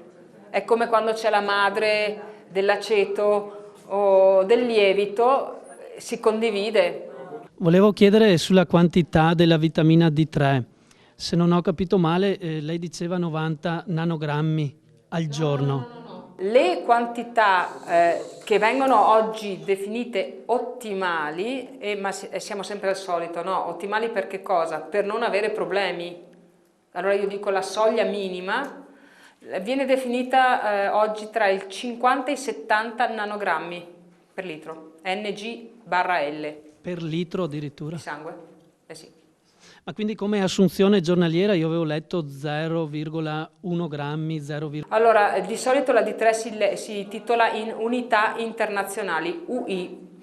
Non mi ricordo, mi quindi sembra in grammi, che 25.000 unità internazionali siano 50 milligrammi. Ma non complichiamoci la vita, chiamiamole UI e siamo a posto. Allora, brava, ecco, Mondini mette a disposizione molte informazioni veramente utili, sì. Ma se diciamo che in persone, ecco, bisogna distinguere persone sane e persone con delle patologie in atto. Una persona con problemi tumorali o di autoimmunità, quindi lupus, connettiviti, artrite reumatoide, chi più ne ha più ne metta, morbo di Crohn, queste cose qua, dovrebbe assumerne, e qui lo dico e qui lo nego perché queste cose qui io non le potrei nemmeno dire, ma come sempre in queste serate, dovrebbe assumerne almeno 10.000 unità al giorno durante la parte dell'anno in cui non si può esporre al sole. Riguardo alla vitamina C, se ci puoi chiarire, va bene quella chimica? Scusa, sono senza voce. L'acido ascorbico, dice? Sì, l'acido ascorbico, sì. Chimica o comunque derivata dalla cerola, ribosnidium? Allora, guardate, e le quantità? chimica comunque generalmente viene derivata dal mais, comunque. Ora, qual è il problema? Che mais è? Punto di domanda. Poi la vitamina C esiste in forma acido ascorbico, in ascorbato e in palmitato. La vitamina C in palmitato è liposolubile. Allora, qual è il problema in genere? Vitamina C è un acido, cioè è acida per carità. Ci sono persone che hanno una sensibilità di stomaco e di intestino abbastanza elevata e ogni volta che si prendono la vitamina C gli viene un bruciore micidiale. Allora in quei casi lì io consiglio di cercarla in forma di palmitato perché è molto meno fastidiosa.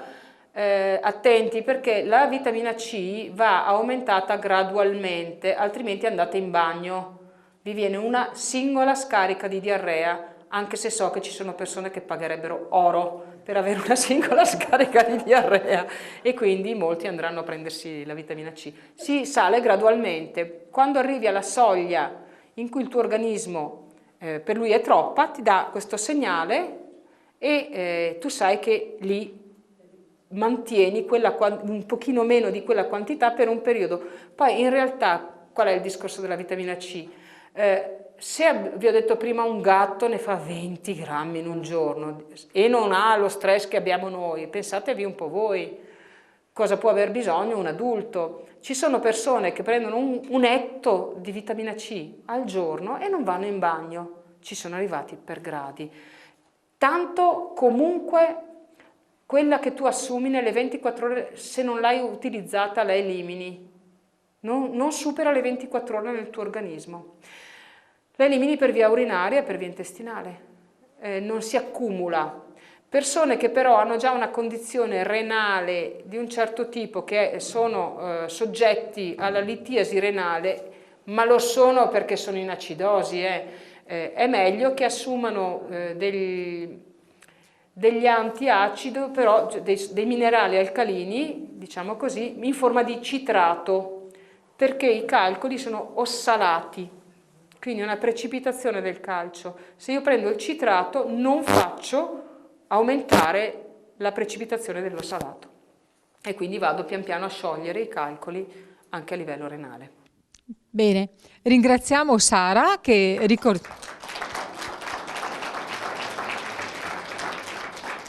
sarà a disposizione poi per le ultime domande private, e non dimentichiamoci che lei ci segue anche nelle conferenze, quindi anche nelle prossime magari la troverete fra il pubblico. Grazie. Grazie a voi.